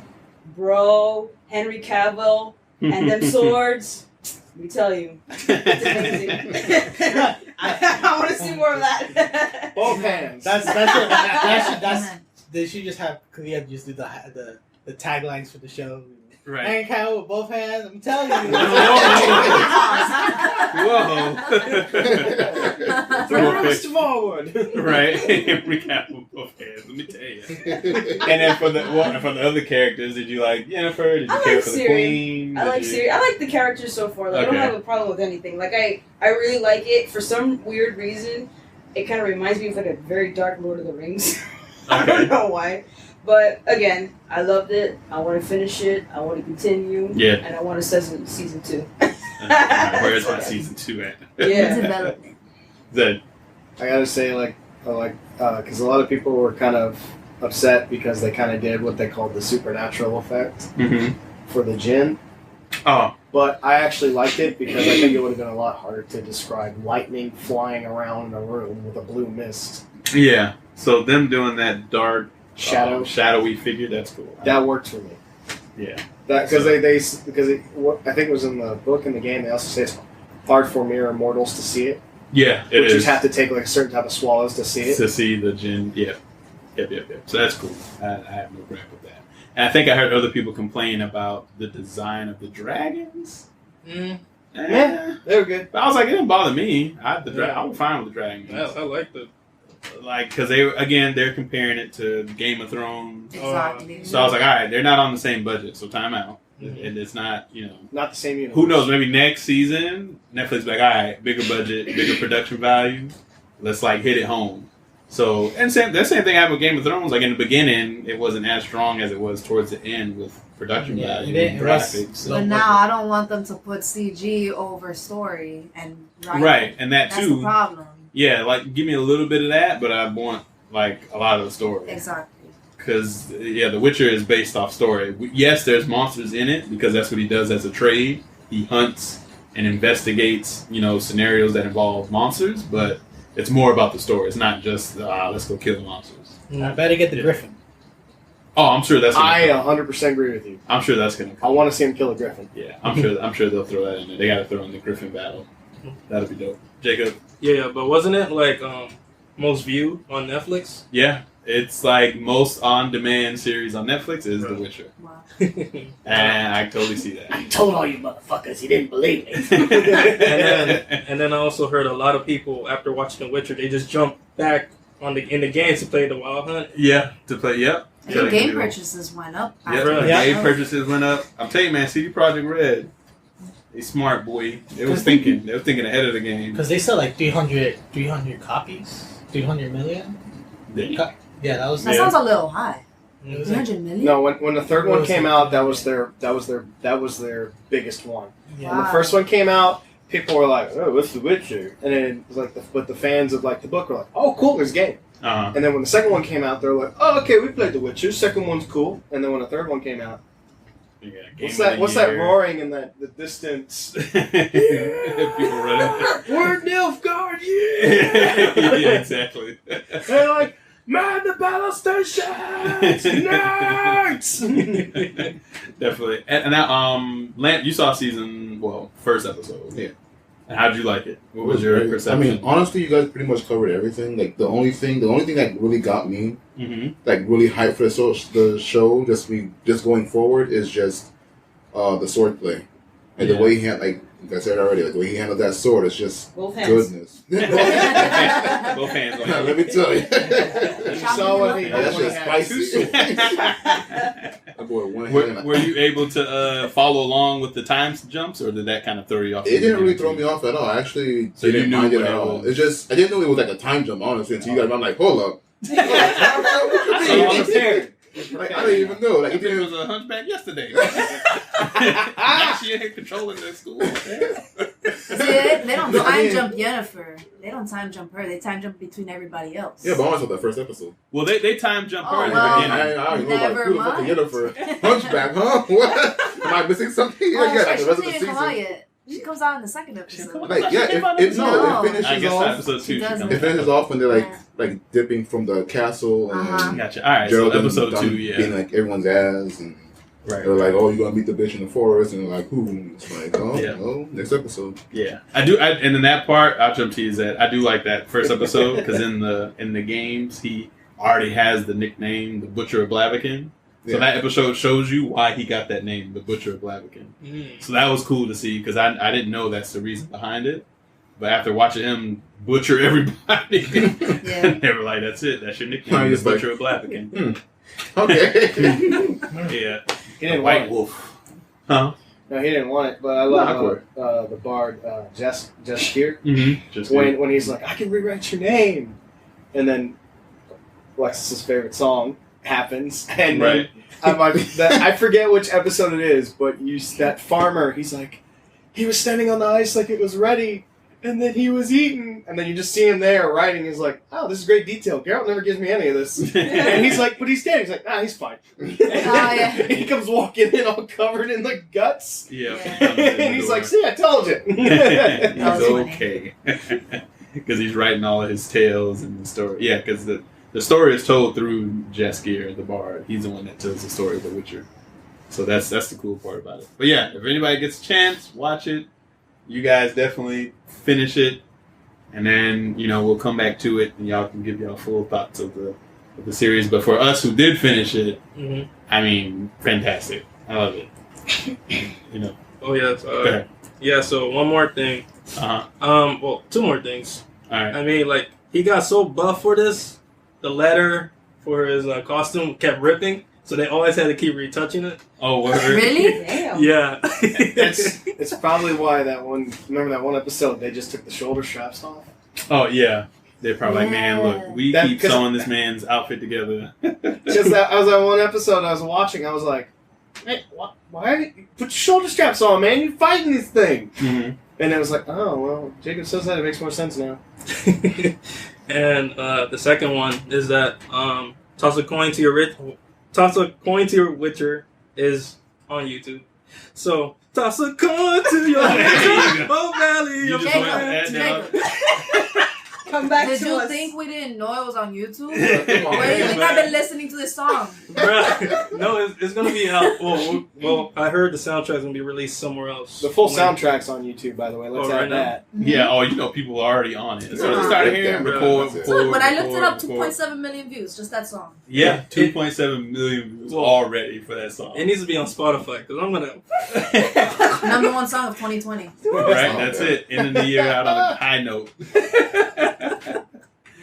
All right, well that's The Witcher in a nutshell. Great series, watch it. Next on the list, I gotta tone it down just a little and say a prayer to all the Star Wars fans. Right. R.I.P. But do you want to go mauled yet, or you want to be nice? Maybe look. Let's give it a little bit. Let's ease in. Let's ease it in. Let me. It in. Where are we easing? Or is it like 2 seconds? Yeah, right. It's like 2 seconds. It was a movie. Right. The seats were comfortable at the theater. Next. They had the reclining seats with the legs go up. That's the best part of the film right there. Let me explain. If she was a Rottweiler and I was holding the chain, I would have already let him go. Let's just ease it in. Come on, we can't be attacking. This is not cats. Let's ease into the title, which is Star Wars: The Rise of Skywalker. Yeah. Now go. Let me tell you guys real quick that I was writing some notes on some of the topics that we were talking about today. And my first 2 notes on The Rise of Skywalker. Number 1, hot garbage. Number 2, straight ass. Number 3, 3-week-old doo-doo. You forgot copying and paste. So it's a dumpster fire. Right. 3-week-old dude. Someone forgot to flush. So before we let Alexis continue her tirade, right? I want to say something. When I watched it, because I recently watched it today. Okay. Go ahead. I already kind of expect what's gonna happen, kinda from everything that people were saying and whatever, and I kind of already knew since Disney was already saying, "Oh, we're gonna make Star Wars movies every year." No. Not even creating any concept of what kind. We're just gonna throw movies. Nope. So it's already like, okay, it's this is how it's gonna be. So when I went to watch it, I went to the mindset is it has to be better than the second one that came out. Last Jedi. Because Last Jedi was boring. To me, it was boring. So this one, I was like, you know what? I won't be offended to watch it if it's on TV, like on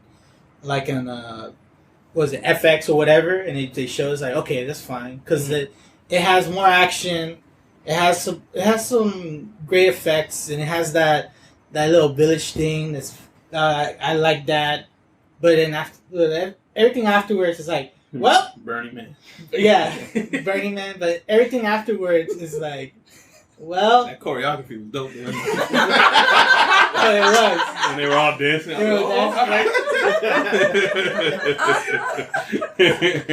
That was funny.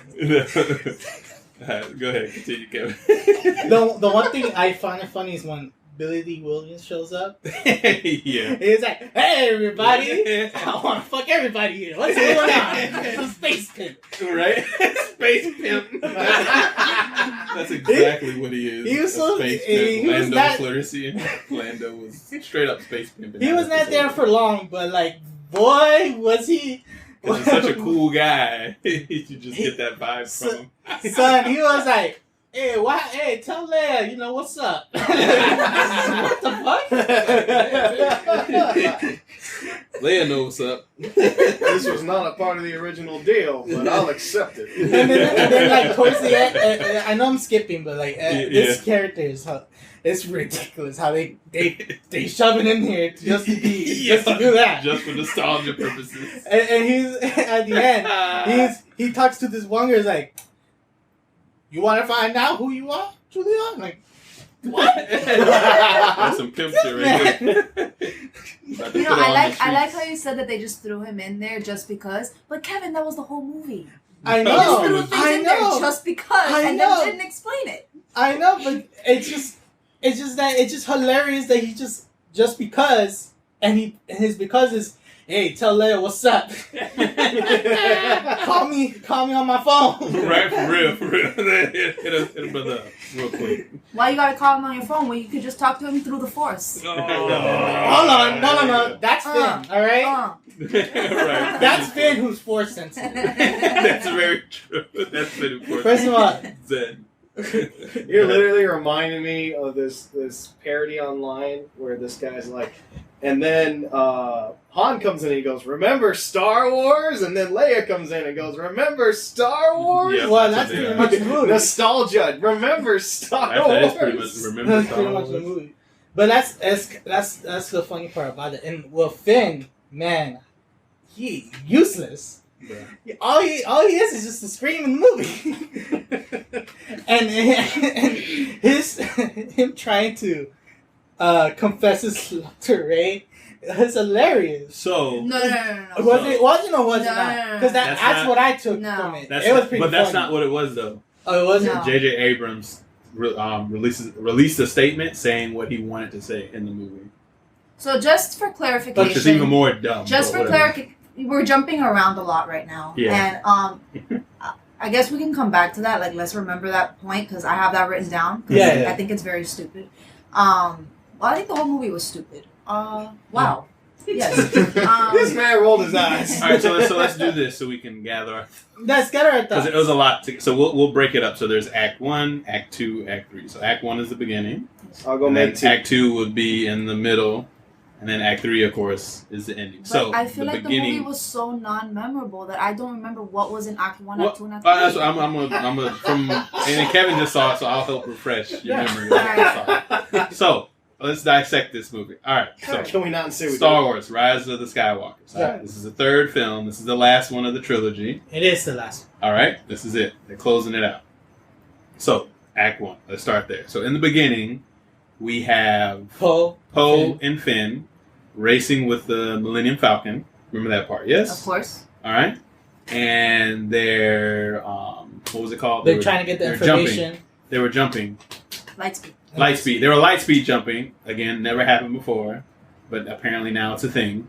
So now they're lightspeed jumping between different locations and mysteriously avoiding shit from blowing up since they're just jumping in between each world. But whatever. So that's going on. Because they're trying to get... What was it they were looking for? The information from the... a spy.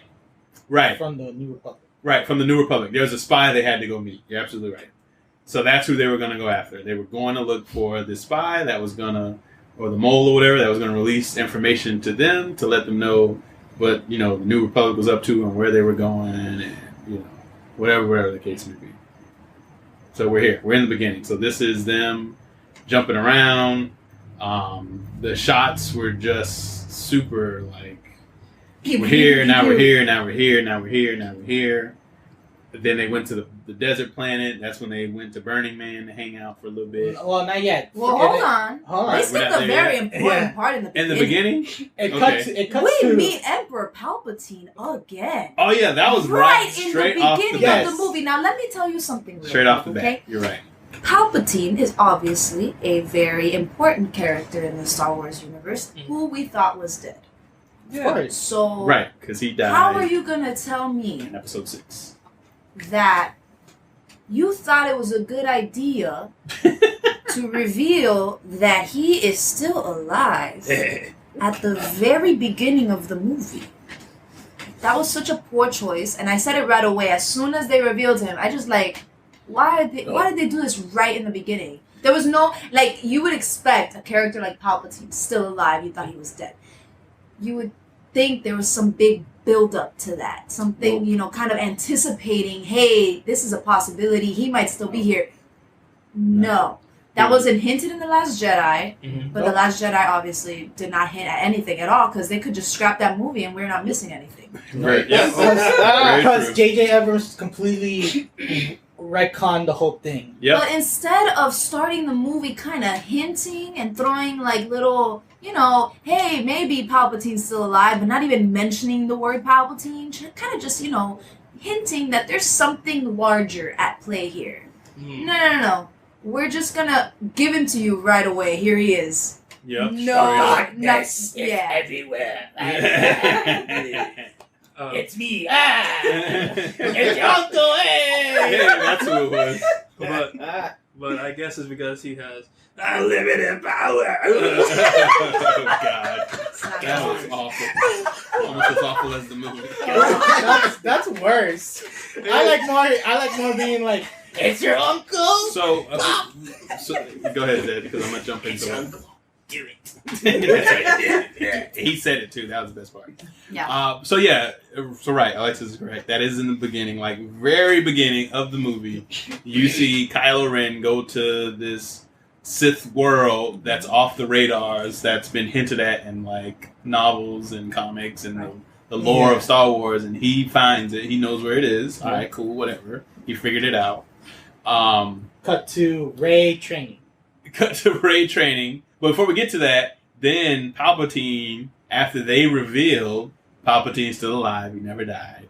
Now Palpatine's telling Kylo Ren that, hey, it was me the whole time. I'm the one that orchestrated all this. I'm still the puppet master. I'm still pulling all the strings. I was the voice in your head this whole time. There was no Darth Vader in your head. That was me. There was no Snook. That was me. I was the one controlling who Snook was. And then, like, when you go into the base, you see, like, a fucking pickle jar of all these Snooks floating around. Because they were clones that he just was like, I'm just throwing them out there when I need them. So even with Kylo Ren killing Snook in the second movie, now it's kind of like, well, we'll just throw that away because Snook didn't mean a goddamn, because he's a jar full of clones. Yeah. And Palpatine can just grab them whenever he wants. He's a piece of cancer that he sliced off. Right. Just grow from a tumor. Chimera. Yep. And then bam. So after he reveals that plot twist, I guess, and you see him come out as he's hooked up to this big ass machine that's like in his back, that's like his life support system. Because I'm assuming that's how he stayed alive. So I don't know. He don't even tell you how he managed to survive that fall from episode 6. I have great power. That's all he said. Yeah, that's it. I'm the Sith. So was there a foam mattress at the bottom? maybe that's what it was. He fell on an orthopedic. Sorry, it was like, hey, listen, kid, your uncle had many secrets. Which is to me, which is terrible, because not only did you just make this up to try to save face from the last movie, but now, in essence, you really just like destroyed the original Star Wars trilogy, because their whole purpose was to get rid of Palpatine. We finally killed Palpatine. Yay! Y'all brought him back. Well, so no use for episode 6 then. Palpatine's you didn't back. complete the mission. The motherfucker never died. Go ahead, Jake. So I guess Palpatine, he was like Nagato, and Snooks was Pain. Here he go in his Naruto reference, y'all. All you gotta add some weeb shit. I'm disappointed. You should see Lamp's face. He's like, I can't believe this boy talking about goddamn Naruto characters. Let's stick on topic. Right, let's stick. This is already a headache enough to try to explain to people who haven't seen it. All right, boom. Now that all that was revealed in the first 5 goddamn minutes of the movie, now we go to training. So now here we are. We're with Rey. And now, of course, she's mad powerful. So she's floating in the air, levitating stones and rocks. She looked like the goddamn last Avatar. She's floating with the rocks forming around her while she's meditating in the air. I was like, oh, boy, here we go. Earth, wind. That's exactly what it was. And then she's like, and then she talks to Princess Leia. It's like, yeah, continue my training. I'm like, and when like when she mentioned training or whatever, I'm like, who's training you? Right. Here we go here. Leia. Okay, guys. Okay. Hold on. Bear with me here. Go ahead. Leia, which you find out a little later in the movie, was training to be a Jedi with Luke, but she never completed her training. Mm-hmm. Okay. And now she's training Rey, who is... So you're basically telling me is that somebody who never became a Jedi, obviously is Leia, she is force sensitive. She could have been powerful, right? Yeah, so she would have chosen that route. Stop.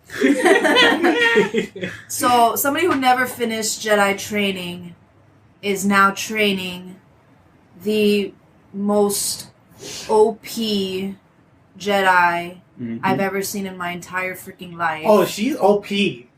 So no, she's definitely OP. So, like, it's like a kindergarten teacher trying to teach organic chemistry in your 4th year of college.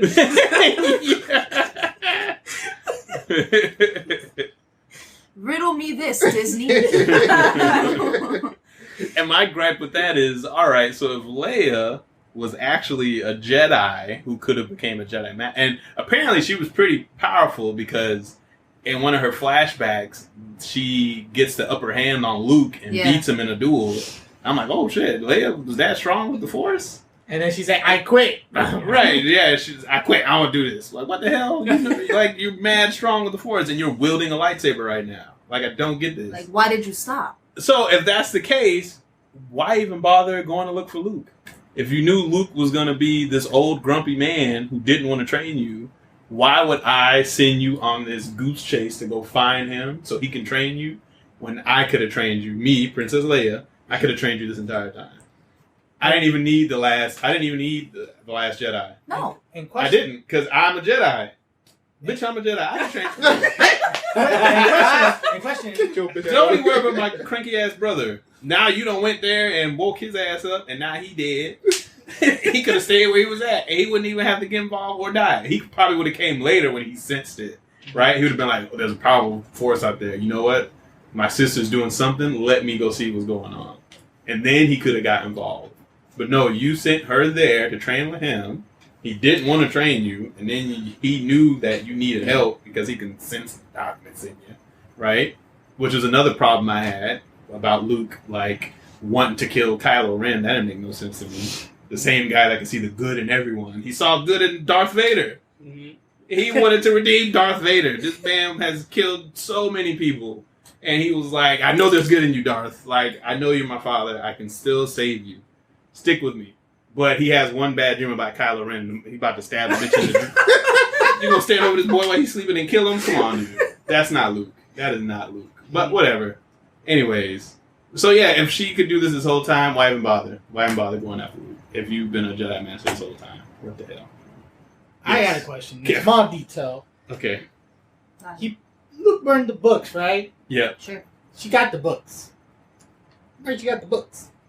Wait, what book? She had there was a book in the movie? What are you talking about? Rey had books of Luke. I completely missed it because the movie was such a mess. No, she legit had the book. Like, you know how they're looking for that stupid crystal thing to open the magic portal of the zip? The Sith GPS? Yeah, Sith GPS. The Sith GPS portal. Yeah. Are you talking about holocron? Yeah, that little thing. The little holocron. Yeah. And so, it's not a holocron. And so she comes in, she's like, GPS. Hey guys, Luke's book says it's somewhere here. I'm like, didn't that motherfucker burn this shit? What do you mean? Yeah, You're absolutely right here. He burned, and the thing about Star Wars 2 that George Lucas did on purpose is that he made books and paper like super rare. Yes. Like up until Episode 8, The Last Jedi, there were no books in Star Wars at all. No paper, no books, no nothing. Yep. So for Luke to have those ancient Star Wars books that he was holding, Star Wars books. Jedi books. Those ancient Jedi scripts and books that were written because nobody else knew how to write on paper and all of this shit. Like, that was like a big deal. I was like, oh shit, there's books in this? They never showed books or paper in Star Wars at all. Right. And then he throws the motherfuckers in the fire. We don't need these books. Alright, Zed, what do you want? They pretty much said what I was going to say. Well, all about the paper and the books? There were no... if you remember watching in the episodes 1, 2, and 3 with the Jedi Temple, there was no written text. Nope, there was no written text. It was all in the database. Yep. You had to pull like this little... You had to take your cube to it, whatever, you put the file, put the flash drive, I don't care, whatever it is, and you'd read it, because it was the actual Jedis of history, like, reading it to them. Right, yeah, little hologram. It was typed text that they could read. It was never... It was never written on paper. So that was a lot of problems people had with the books. They're like, there's no written text of the Jedi. Nope. It's supposed to be passed on training lineage, kind of like, just word of mouth kind of stuff. So what's this stuff? I'm telling you, Disney did whatever they wanted. They're like, oh, that's what it... Okay. Money. Whatever. Fire. Let's just do our own Let's thing, burn right? the books. What the hell? Mm-hmm. And then, like Kevin said, here she come with a goddamn book. I ain't think of that. I was just so mesmerized by the clusterfuck that was happening in front of me. She used the force push to put Trust out the me, flame. I was looking, because I already, since I knew, like, this is a big shit show, I was like, let me look through the details of all of it. So I pay attention to all the little things. Like, she comes with the book, like, y'all, look, said this is here. I'm like, bitch, you learn no shit. and then she's like, and then she's building, like, it comes out in the beginning when she's building a lightsaber, and she's looking at a book. I'm like, what? What? How?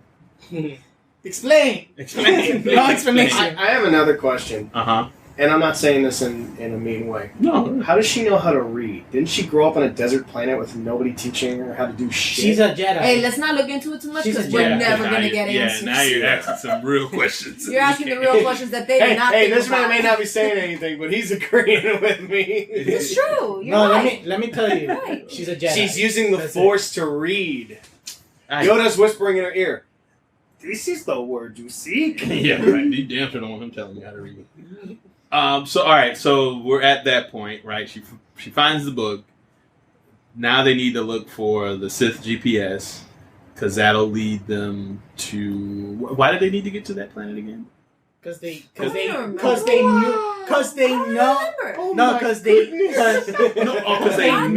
Palpatine was alive. They knew Palpatine was back. Oh, they knew Palpatine. Because Palpatine, he got on he got on the radio station. Yep, he got on the radio. He was like, yo, what's up? It's Palpatine. I'm back, bitches. What's up? EJ Palpatine. To all the Sith Lords, I'm back. The Palp is back. The Palp is back. Palpatine is and then back. Finn and Poe like recorded it like, God damn, he's back. Yeah, yep. That's true. That's exactly what it was. He told everybody in the universe, I'm alive still. What? Bringing back my new single.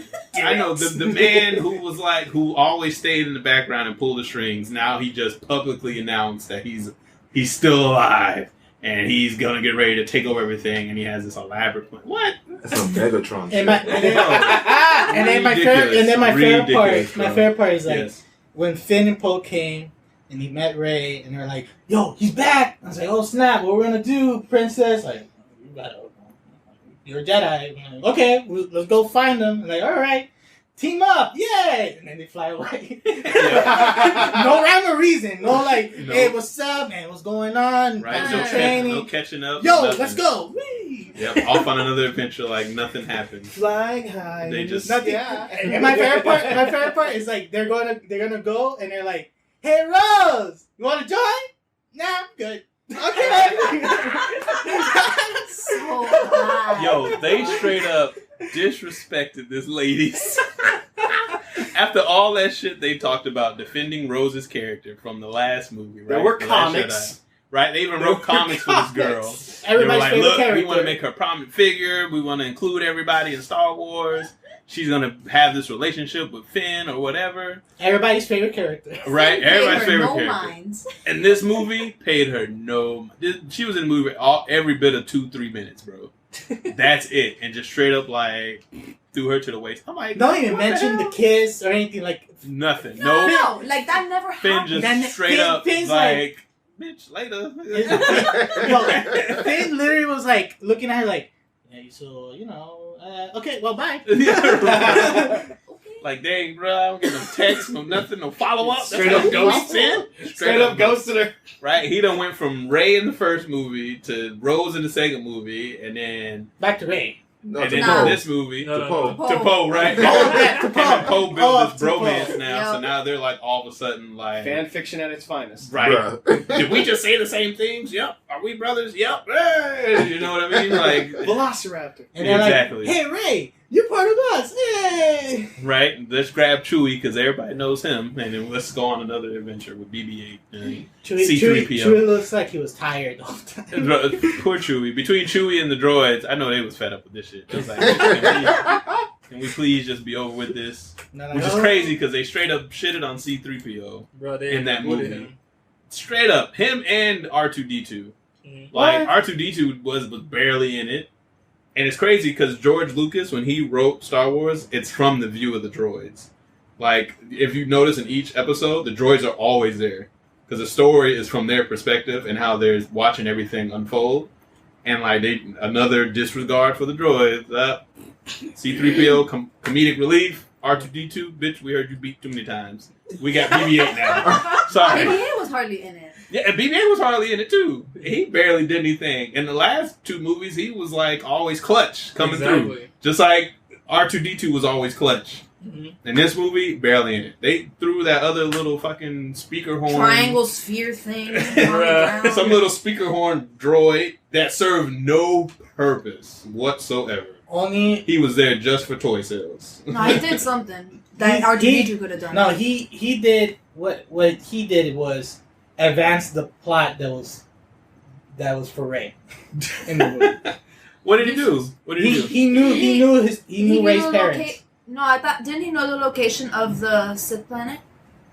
Wasn't he the one that kind of like told them how to get there? No, it was CP.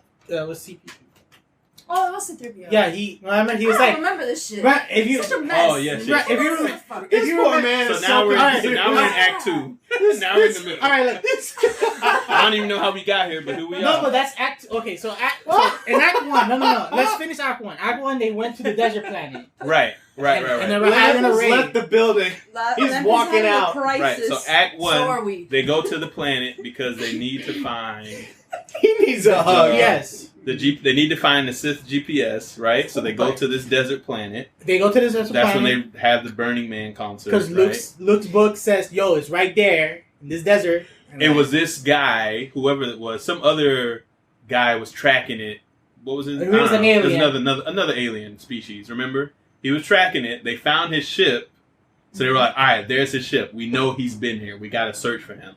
And then, all right, they run into Lando. Billy D. Williams does this. He's like, "Hey, what's up, guys? How's it going? Hey, tell Leia to shout me out." Right, you know? And then he tells them, "All right, you gotta look for this, and you'll find this." Cool. Now we're in the desert. We see the ship. The dude's been here. Let's go out here. Let's try to find it. They get chased by some troopers. Because the bad guys has to go to show. Right. So the bad guys, they're there. They're patrolling the area. They see them.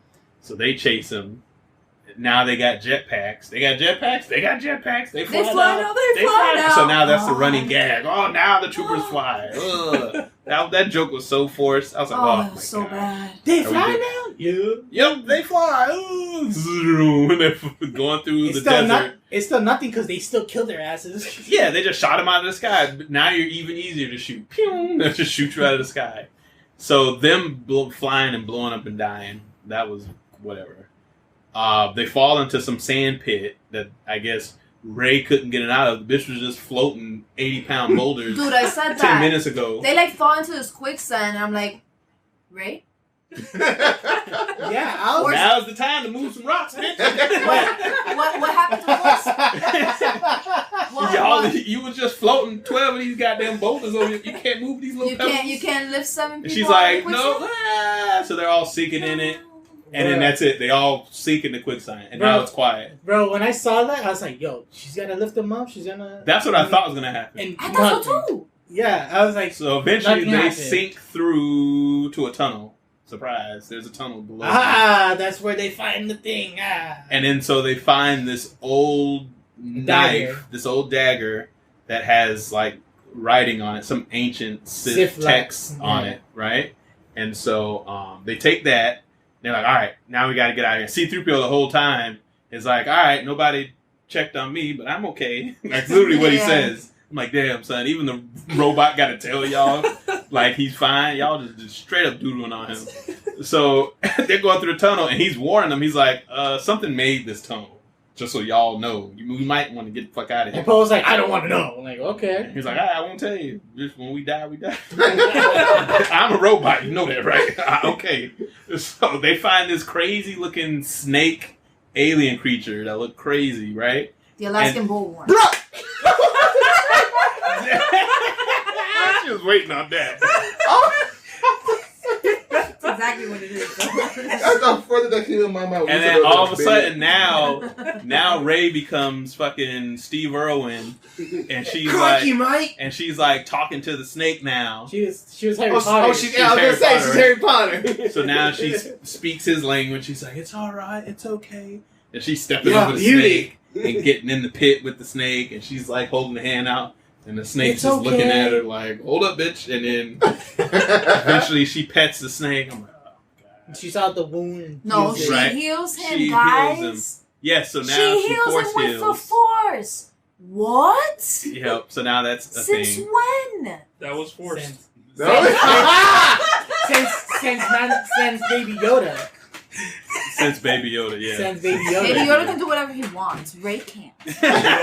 You know what? I'll see, Baby Yoda's excusable because of that alien species. Yeah. That's fine. But for her to do it, nah, bro. No, but like, she is OP. She's part Yoda. Well, yeah, we'll get to why she's no, because even like just based on what y'all telling me, she had a piss poor teacher, bro. Yeah. She shouldn't be able to heal anybody, let alone That's like true. lifting rocks. Yeah. How do you Exactly. How do you know how to naturally do this? That's bullshit. Like Come on, you man. just know I can heal this snake. Nobody. She was plays trained that by before. Qatar in the water truck. Yeah, that's what it was. A waterbender. So she heals the snake, right? The snake has a scar from when the other guy was there. I guess he cut up with the dagger. Yeah. So she healed it. So the snake was like, all right, cool. Let me move out the way so y'all can escape now. So the snake just so happened to be blocking the exit. He's like, oh, So thank you. the snake goes away. The hole opens up. They're like, all right, there's our chance. Let's go. Which they don't show, by the way, because I was kind of lost when they left the pit. Mhm. They kind of just jumped to another scene. And then they were on another planet. And I'm just like... No, they were were there. outside of the ship they were going to take. Right, they were outside the ship they were going to take. And then... Ray felt the Force. And then... Yeah, and then Ray she felt left. Well, no. What happened was, because now Kylo knows they're there. Yeah. So now Kylo Ren is coming. Ray can sense him. So now they're doing their little talk. And he's coming in with the TIE fighter. And so she wanders off while everybody else is still That held scene back. from the trailers. Yeah, the scene from the trailer where you see the TIE fighter flying towards her and she's just standing there, like, walking up to it, and then she starts running. Does that backflip? Yeah, that part. So while that's going on, everybody else is back there hanging out, and then the troopers come. And then Chewie goes out, and then he gets knocked out. Right, Chewie separates. He gets captured by the troopers. Again. Rey's over here getting ready to go toe-to-toe with a TIE fighter. So then she does her little cool flip, cuts the wing. The shit like straights up, like boom, crashes and blows up. I'm like, all right, Kylo's like fucked up now. Of course not. He's unscathed. Mm-hmm. So like once that started happening, you hear Chewie yelling, and they're like, oh shit! And then now you see Chewie getting taken into one of the cargo ships with the troopers. Like they got him at gunpoint. So he's like, oh, and he's goes up in the thing. And Finn, like he is, Chewie! Right. That's all he does. Chewie! Yeah, Finn then, just yells. I don't know what Finn and Poe were doing that let Chewie get captured, but whatever. Now he's caught. He's getting transported. So now he's getting taken away.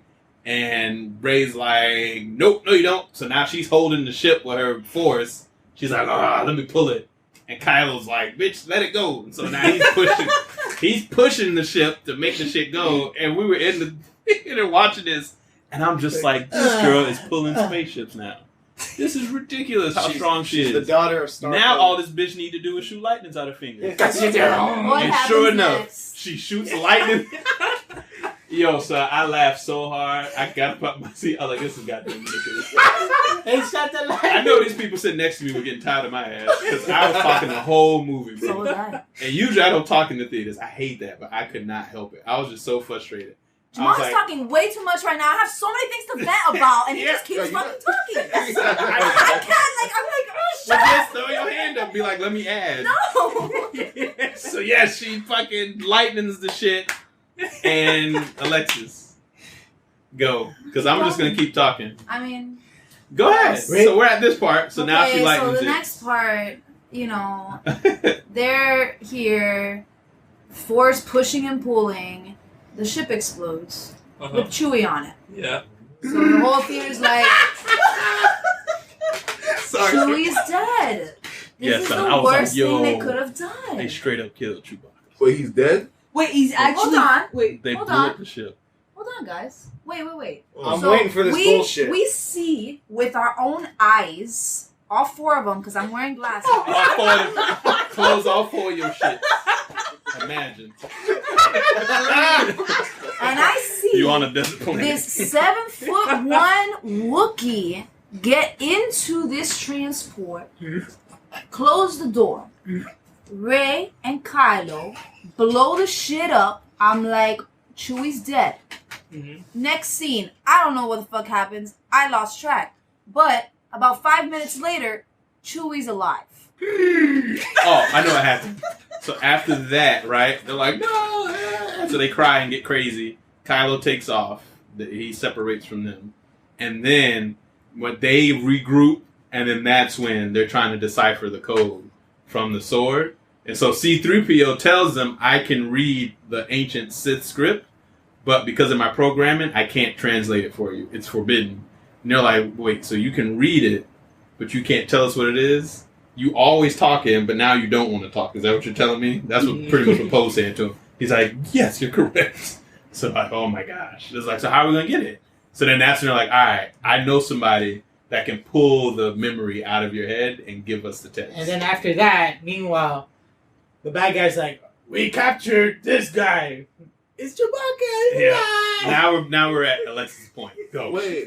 So my question. I'm sorry. I gotta interrupt you. The best thing in this whole thing is just watching his fucking reactions. Watch the Lamb's face as we tell this movie. My question is that how did with my eyes? I see all 4 of my eyes. All 4 of your shits. All 4 of my eyes, all 2 of my ears, all 5 of my mouths. I see Chewbacca get onto this ship and blow up. And now 5 minutes later, he's alive because, he got in another transport. The old switcheroo. There was another transporter hiding in a desert where there's nowhere you can hide it. It was hiding behind that little rock on the corner. Because that's all, it was a desert. Guys, think about that. Guys, you know what happened? It was a desert. Now you know what happened, bro? And another ship took away. They teleported the other ship through the Force. Oh yeah, because you can do that. Right. That straight up sounds like bullshit. Because you can do that now. You can Force teleport now. You can do that. That's a thing. That's in the movie. canon now. That's a thing. Kylo Ren could teleport. Can Force online multiplayer. You can Force FaceTime. You can Force teleport. You can Force. And let me tell you, that Force connection is on point because there's no lag, no nothing. Yo, where you at? Oh, you're there? Okay, hold on. Hey, I'm here. Hey, bro. BOIBs. For real. And I just want to give a huge shout out to Jamal and Kevin right now for even remembering For real. the exact series of events. Because it's coming to me as you say stuff and Kevin says stuff. Like I remember it. It's starting to come back to me. What? It's starting to come back to me. So, I'm sorry. Yes? I was just gonna say because of all the people, I thought you would be at least more detail. Yeah, detail about just wanting to get it, but it seems to me that no matter what you put on the screen to watch, see, or feel, breathe this movie, it's just it's like this exits. Movie's pacing. Before we get back on track, the movie's pacing was so poor. No. Son, they were straight up fucking. It was poor. They were all over the place. Speed warping through the whole plot. There was the conversations were each scene was 2 minutes. The conversations were cut so short. There was no point to anything. It was all over the place. I had a headache watching this movie because I didn't know what was happening. It was jumping back and forth, and they were on one planet and then another planet and over here and over there and in the quicksand and up in the Chewie's up in the sky and he was dead and now he's not.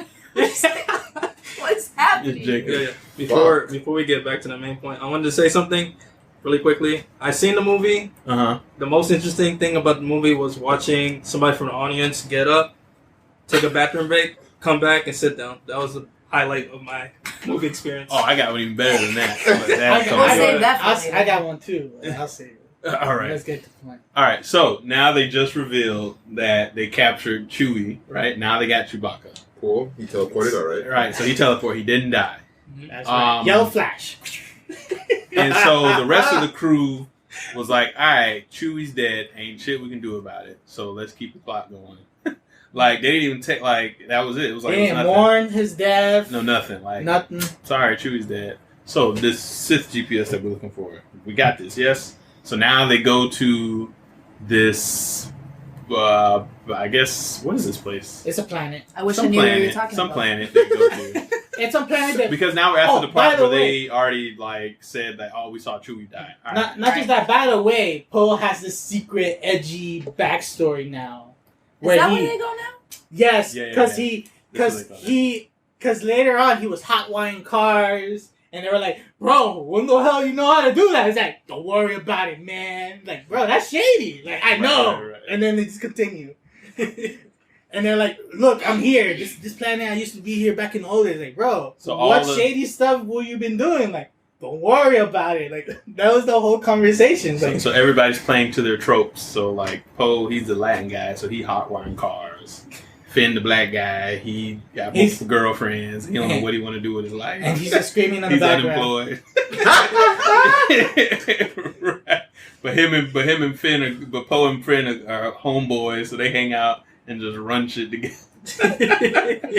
While Ray runs around doing God knows what. Doing everything else. Doing everything she can do. And keeping secrets. She can do. Right. And keeping secrets where she could, she could solve the whole problem in the movie by telling them, "Hey, this is what happened." Yeah, pretty much. She just hugs them like, "I gotta go." Tell us something. Nope, nothing. Alright, so now we're on this planet with Poe. Because Poe's like, I know a guy who knows a guy that can, get the info out of C-3PO. Boom. Now we're here, Alexis. Where do we go? So we get confronted, and Poe has to be very sneaky. Well, I was saying, he wanted to add something. So, wait, he knows a guy who knows a guy who knows a guy. He's like, "Hey, come talk to my Uncle Richie. He knows how to do something like this. He can pump that out right now." That's exactly what it was. Exactly what happened. I knew some people from my past life that can get us what we need. All right, now you tell us. Okay. So when they get onto this planet, Poe is kind of telling them, we have to be careful. I'm not really liked around these parts, so yes, very true. Immediately, they kind of get stopped and confronted by this character who we later find out is Poe's ex-girlfriend. Oh boy, Bliss, Bliss. Right? Don't know the name, don't care. Something Bliss. I got you. She points a gun at him, basically about to kill him. And eventually, I don't even remember what happens, but they end up at this. Yeah, Zori Bliss. If anybody remembers how they get past her, please let me know. Because they needed to see the little. Oh, they fought. They fought. Him and Poe and her fought. He gets his ass kicked. And then Rey's like, "I'm a Jedi!" And she got scared. She's like, "Okay." Right. And then they kind of let them pass, yeah, right? And they let them go see a new character called Boba Frick. So Boba Fett, but Boba Frick. Yeah, Boba Frick. I thought he said Boba Fett. I'm like, Boba Fett. Freak. That's right. You're like a little mouse. And this character is the one who's basically getting the information out of C-3PO. And he's telling them, if we go through with this, and he recites to you what was the transcript on the dagger, he loses his memory.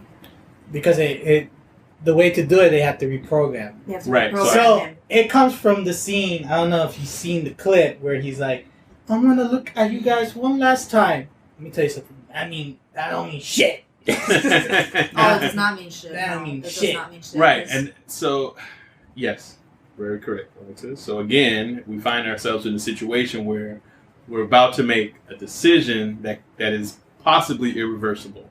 So we may have to erase all of C-3PO's memory as a hard reset just so we can extract the information we need to progress to, save the universe or whatever. Hey, they're doing it to him a third time. Right. So now we're like, all right, here we go. C-3PO's about to be wiped. He ain't gonna remember nothing. He's starting from scratch. So, and I guess in robot terms, he's dying because he himself is being reset. He's not the C-3PO we know. That C-3PO dies. But there's a catch. Because apparently he can upload all of his shit to R2-D2. R2-D2 can save it in a backlog somewhere. No, he said R2-D2. Right? He's pretty much iTunes, and he saves his memories, right? But he's like, oh, but I don't trust him. He's not. He doesn't really give me my memory, so that's why he's like. So this is gonna be the last time I see you guys, okay? I'm just taking a look at my friends. One last and everybody's like, oh, erase that nigga mind real quick. Just like that. They shitted Son, on they straight up shitted on poor C3. I felt so. If there was anybody to cry over, it was C3PO. Absolutely. I was like, damn, son. They mistreated that poor droid. droid. They rejected that poor droid. No. Yes, they straight up rejected him. He was just over it, bro. As useless as he is, he's got the biggest heart out of the whole Star Wars universe. Yep, straight up. So Boba Frick, another new toy figure now. Boba Frick? Whatever his name is. Booba Frick. Booba Frick, like Booby Frick, whatever. And he goes, and then zaps his brain, and he shuts down, and he comes back like from The Exorcist. Red eyes. It's like, it's in the location where Palpatine is. Word up to him and his homies. Papa Palpatine with that new album. Yep, Papa Palpatine. So he gives them the GPS location to this long lost Sith world. So they're like, all right, cool, we got that. No, the GPS. What? Which is in the Death Star that got destroyed. Yeah, so he tells them where to find the GPS that'll help them take them to the Sith world. They keep calling it GPS, by the way, but it's called the Sith Navigator. Yeah, but it's the same thing. Just as a clarity, in case anybody was listening, it's called the Sith Navigator. Yeah, so the Sith Navigator, which is a dumb name. He gives them the location of where to find it, which was in the fallen Death Star. So they had to go there to get it. So his memory's wiped. Boom. He reset. Who are all y'all? These new people. And he was like, don't worry about it. Let's go. And right after that, remember how they kind of reunite with Poe's ex-girlfriend, and now she's giving. What does she give him? She gave him like a coin, right? She gives him this little imperial badge or something that'll give him like access. Right. To go anywhere he wants. But before that, it was like they're having a moment where like, oh, I could go anywhere with this thing. Like, oh, cool. You could come with us, right? And like, nah, we're not. That part messed me up because I'm like, how was she about to kill this guy, and now she's giving him like her ticket out of this place? Yeah. After their tender moment, and they're like, oh, they're coming, the bad guys. We gotta go. Oh wait, we have to.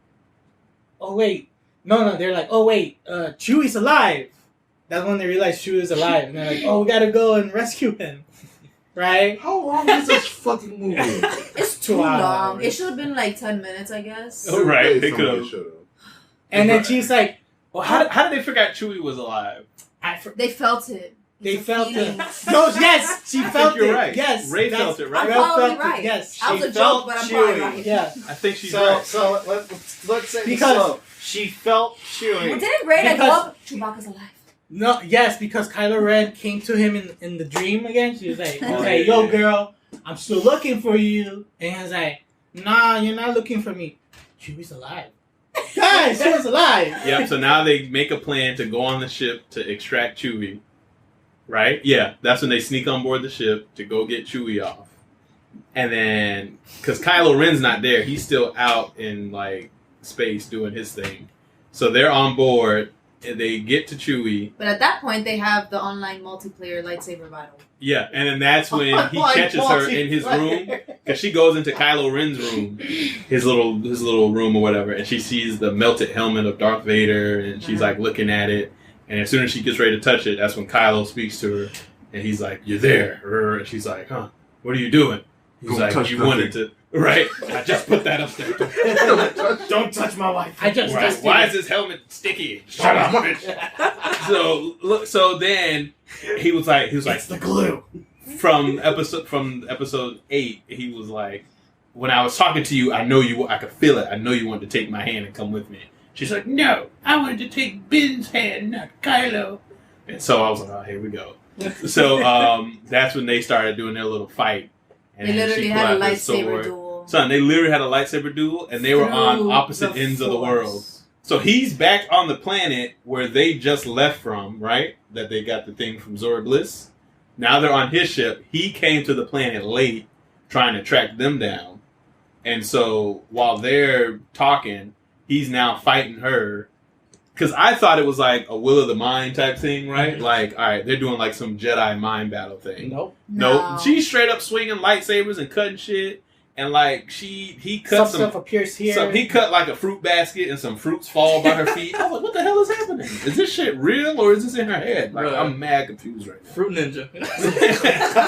Force edition.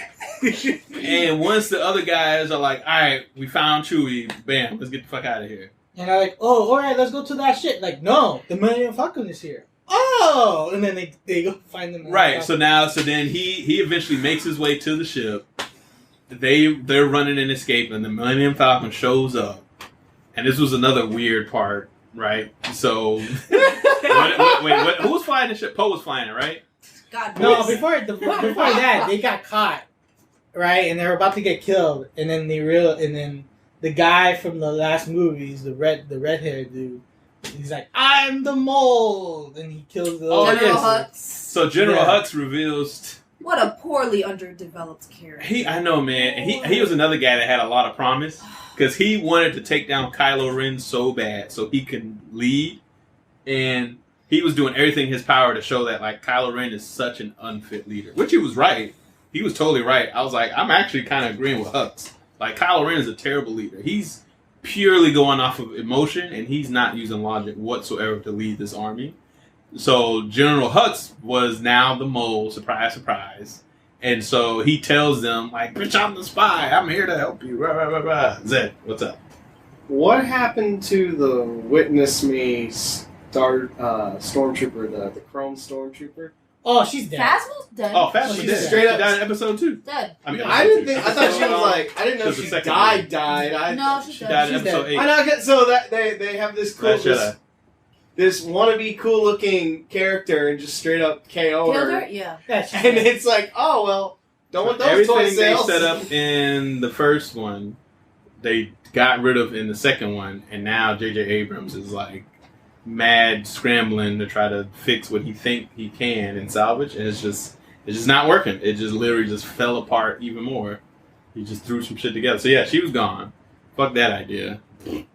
So they get captured, right? And now they're on the little what was it, like the docking area where the ships come in at? Mm-hmm. And they get surrounded by troopers. So they're like, oh shit, here we go. We about to go down. They're either going to have to fight their way out or they're going to get captured. And here we go. Millennium Falcon pops up and saves the day. And the dude turns around and turns on the turbine and straight up just blows everybody away, all the troopers. Except Rey. So Kylo Ren is sitting there like trying to use the Force to keep him from getting blown by the fucking turbine engines. Before he teleported back. Right. And then here comes Rey just straight up just standing there looking like no problem. Like nothing is blowing her. I'm like, what the hell? How is she standing there and this thing is like blowing everybody away and she just looking at him. And he's like, come to me. She's like, no, I can't. And then she like ring around the rosy onto the ship. Yo, she did the Wonder Woman twirl. She like leaped and then like changed trajectory in midair. And mind you, I don't know how she didn't die because she's literally jumping into space. She pulled a Princess Leia. All right, yep. She was in there space flying. Like, and Finn is out there with the little mask to breathe. He's like, yep. Finn had the mask, and then he's like, "Oh, rub to me, I got you," and he grabs her while she's flying from the fucking turbines. And she does a little spin room. Right, and he pulls her into the ship, and then they take off. So like the Force, like space helmet too? I guess it's just like it's an energy shield. Yeah, it conceals you from The Force can do dying. anything. The Force can do whatever you want to do. Could they fix my cable? Probably. Yeah, he probably probably, fix the flood too. No more mold. No more mold. Right? And then the next scene, right after that, they fucking point out that General Hux is the mole to the rest of the Empire, and the dude just straight up blasts his ass. No, he's like, sure, we found the mole amongst the crew, and just straight up shot General Hux. And I was like, well, no, it wasn't like that. He got a flesh wound, right? He's like, oh, shoot me because they will know, and he's like, oh, right. And so Finn shot him in the leg, and he's like, but what you want to do is like, I want it to win. I don't care about who wins, right? Right. He's like, I don't care about that. I just want to see Kylo fall. So he was like, and so after that whole event, they cut back to him with like tape on his leg. He's like, they got me real good, man. They escaped. Oh no! And the who was the bad guy? The other. Yeah, this other new general now. Oh, General Pride. I didn't catch his name. That was his name? I think so. Yeah. General He was Pride. cool. I liked him. Yeah. I saw a lot of problems with his character. I was like, he's actually a cool bad guy. You know, the funniest thing about him was when he showed up on screen, he said a sentence, and he just went off screen like every single time. He was like, okay. So hold on, he was very menacing. I liked him, but again, here's a character that wasn't shown in the other two movies. They just straight up threw him in this, and he's like a super like high up official. And I'm like, where the hell was he in these other two movies? and so what How is he happened? so high ranked, and we've never met him before? And so what happened is like after he's like, oh man, they're gone, man. What we're gonna do? And he's like, oh well, don't worry about it. And he grabs a gun and shoots his ass. Yeah, straight up. And he was like, I found the mole. And then that's it. They cut to Ray and Poe again. Yep. So now they're back at Ray and Poe. All right. So now from this point, now they're going. You. Yes. Are we almost done? Almost. Are we in the third act? Okay, so now we're in Act 2. No, we're getting to Act 3. Yeah. Getting to? Yeah. 2.5. 2.5. 2.5. The thing is, this one's 2.5 because this space is like, what the fuck? it's nostalgia. This is all nostalgia. This is all nostalgia. This is all nostalgia. But not good nostalgia. Because they go back to the planet, and then They go to the see planet, and they see the everybody, Death Star. And they see the Death Star. Well, actually, you know what? Let me tell you. Wait, don't they go back to their base first, and then they go to the Death Star? I don't know. I'm gonna have to watch this one. I'm I really don't remember the Because order of I just things. wanted to point out. I just also wanted to point out that they just straight up screwed over Chewie and Leia's relationship. Yeah. Like, do y'all not realize how long they've known each other and been together? Mm-hmm. And so, like, when Chewie came back and saw Leia, he was just like a straight up, "What's up, bitch?" I could have swore Han Solo got shot, and you haven't seen her since Han Solo died. So now that you're just now meeting her again, like, y'all didn't hug it out, y'all didn't cry, you didn't like, oh, nah, they killed Han, that was your husband, you know what I mean? That was his best friend and her husband, right? They all grew up together, right? And like, just straight up like, and just kept it rolling. I was like, damn, son, he's not even gonna like try to hug her or like, oh, I feel your pain, Leia. Like when he died, I died. I saw the whole thing. I shot the motherfucker for you, yo. I shot your son in the gut. Right? I held it down. I straight up shot Kylo in the stomach, yo. Nothing. He just straight up waved it off. And that bothered me. I was like, he's not even finna, like, nothing with Leia. Just straight up past that bitch. All right. Oh, Lord. And then now they go to the goddamn Death Star. And Even find Leia was like tired of like Rey's ass. Like, bitch, you don't tell me shit. Get away from me. But that Death Star on there. What happened when they got to the Death Star? A lot of things. They met the new character that contributed nothing to the story. Who? The rebel stormtrooper, the black girl. Yeah, they brought another black girl.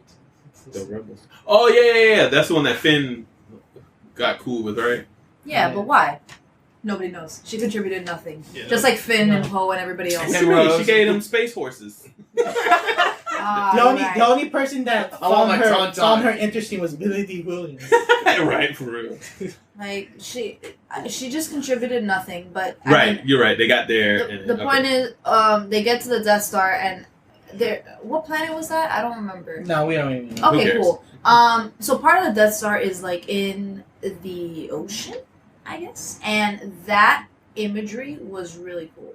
Yeah. So that shot was really nice. Destroyed, just sitting in the ocean with the wall. Yeah, that was super cool. But then you get in because Rey is like, I have to get in there, and everybody's like, no, stop! Like, let's wait for the storm to. Yeah, she was like, if you literally just chill for like the next day, like the storm's gonna pass. And Rey's like, no. Next shot, she in the ocean,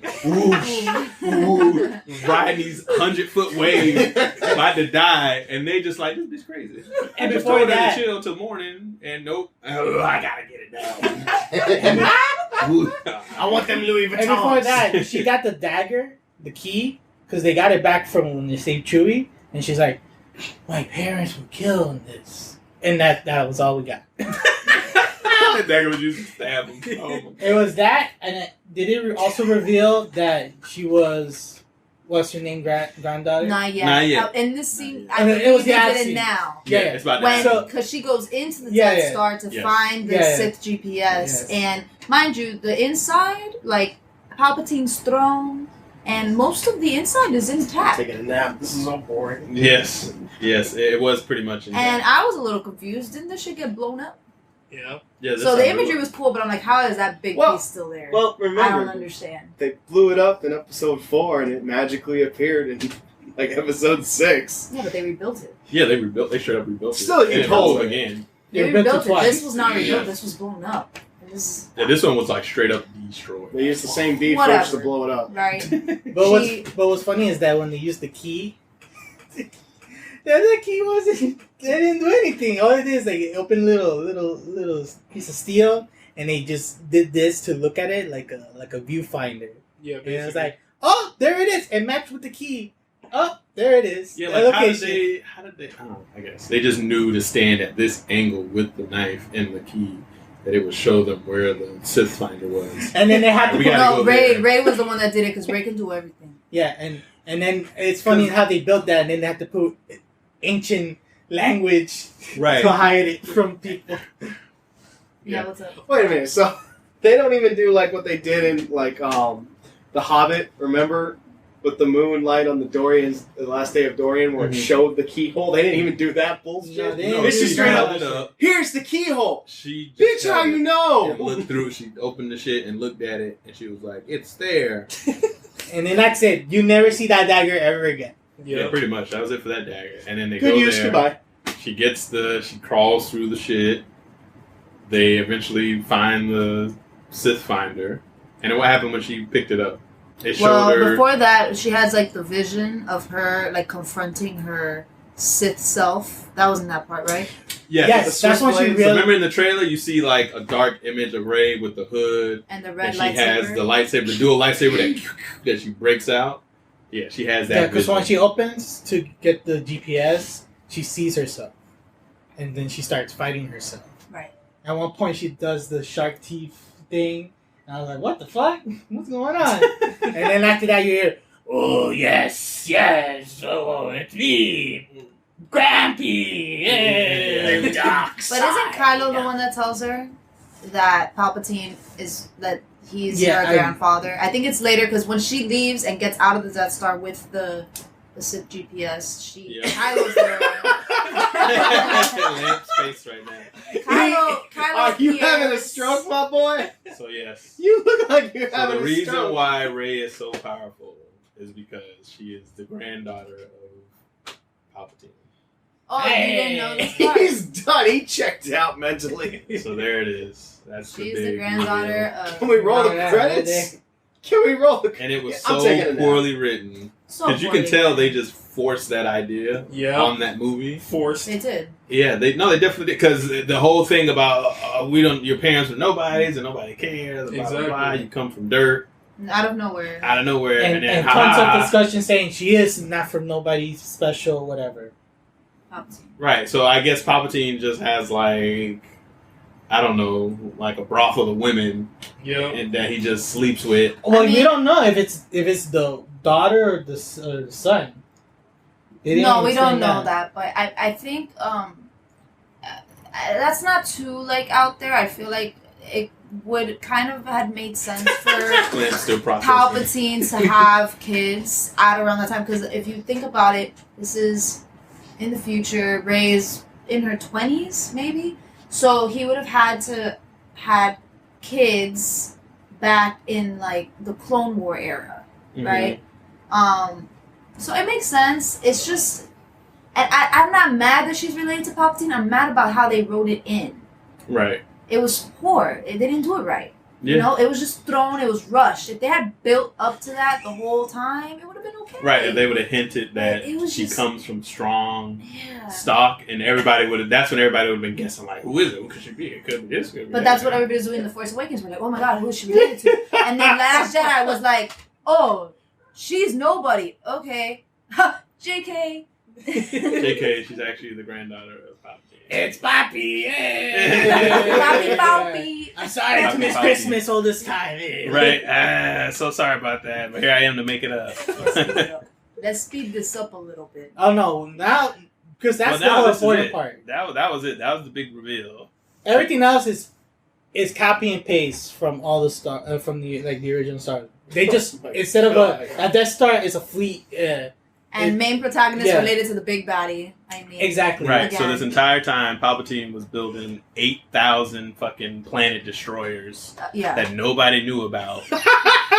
That he fucking was like, "Here we go. It's time to get this party started." Somehow, I don't know where he got the resources from either, because he's living on a planet that nobody knows how to get to. For real.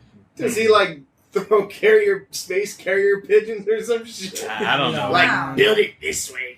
So now that that's revealed, now they're like, all right, now we gotta go after, we know where it is, now let's go fight Palpatine. So skip ahead, fast forward. Oh my god. Here we are. We're on the Sith planet. Oh, you think it gets better or it gets worse? Oh no, it gets way worse. So now we're on the Sith planet with Palpatine. So Rey goes in there to go find him. Everybody else is outside. Fighting the fucking they had the big speech and Leia died, whatever. And then, she died, whatever. Yeah. So what happened? Chewbacca cried, like Ricky, but nobody, it was. Do you want to know why she died? Ricky. Do you want to know why she died? She had to use all of her life force to communicate with Kylo through the Force and let him know whatever the fuck she needed to let him know, and then she died. No, she didn't tell him anything. She literally she used her force to distract him long enough because he was fighting Rey, and he was going to defeat Rey, and so she distracted him long enough so Rey can get in a shot and stab him. She stabbed him in the stomach. Yes. And Kylo was like, oh, and he dropped, and then that's when Leia was like, like she used all her power. And then Kylo Ren was like, Mama. Yep. He was like. And then after Rey stabbed him, she healed him again with the Force. This bitch! So now it's like, oh shit, this is a fatal wound. Like, this is it. Here we go. Another decision that could be irreversible. Somebody's gonna lose a life. She Goku'd him. She Goku Frieza him. Son, she straight up. What the fuck? Yep, like, you could literally let this I'm dude gonna let die you live, and half Frieza. your problems would be done right now. Her issues would have been solved. Nope, she straight up force healed him. Oh my god. She saved him. So now he's on her team. And there's a reason why, but we'll tell you. Right. So at now the end. She just wants his kids. So now they're buddy. So now they travel together to go find Palpatine. No, they didn't travel together. She left, and then he looked at the sea, and then his dad came like, hey son, it's me. That's right. The father. He had a let me tell you something. Solo. I always knew you're good. All right. Even though you killed me. Dad? Yes. Okay. Bye. That's it. Now get off my plane and go do your damn job. Do your homework, kid. Right. That's it. He did see Han Solo real quick, and then they left. Okay, now we're on this. I'm just thinking of that whole bit with. I'm just trying to get us through this. Yeah. So they had the big speech. We're in it together. We fight one, and then everybody in the whole group dies. They weren't important. Weren't important. All right, so now we're here. Boom. Big reveal. Now they know everything that's going down.